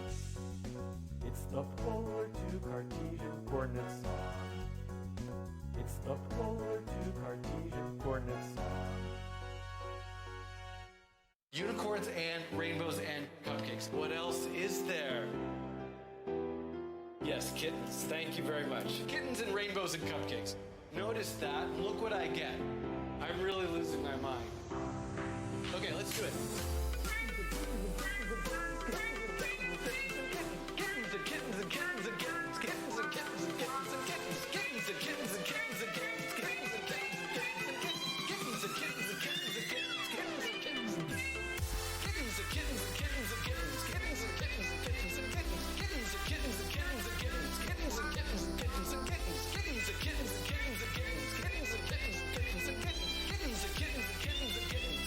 Kittens and kittens and kittens and kittens. Kittens and kittens and kittens and kittens. Kittens and kittens and kittens and kittens. Kittens and kittens and kittens and kittens. Kittens and kittens and kittens and kittens. Kittens and kittens and kittens and kittens. Kittens and kittens and kittens and kittens. Kittens and kittens and kittens and kittens. Kittens and kittens and kittens and kittens.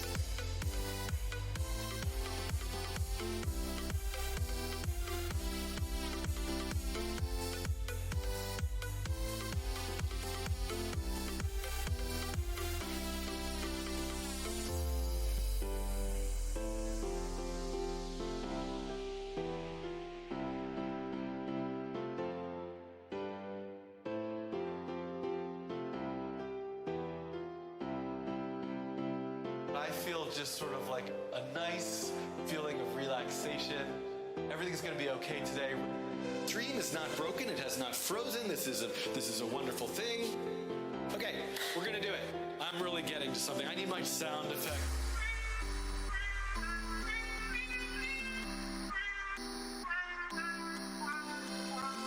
Unicorns and rainbows and cupcakes. What else is there? Unicorns and rainbows and cupcakes. That was invalid syntax. I forgot. There was one other thing here that I think is important that I will use continuously over and over again in all sorts of text generation analysis things. That I will use continuously over and over again. First thing I need to do is, yes, kittens. Kittens, kittens. I'm really losing my mind. Okay, we're gonna do it. Kittens and kittens and kittens and kittens. Kittens and kittens and kittens and kittens. Kittens and kittens and kittens and kittens. Kittens and kittens and kittens and kittens. Kittens and kittens and kittens and kittens. Kittens and kittens and kittens and kittens. Kittens and kittens and kittens and Das Vidania.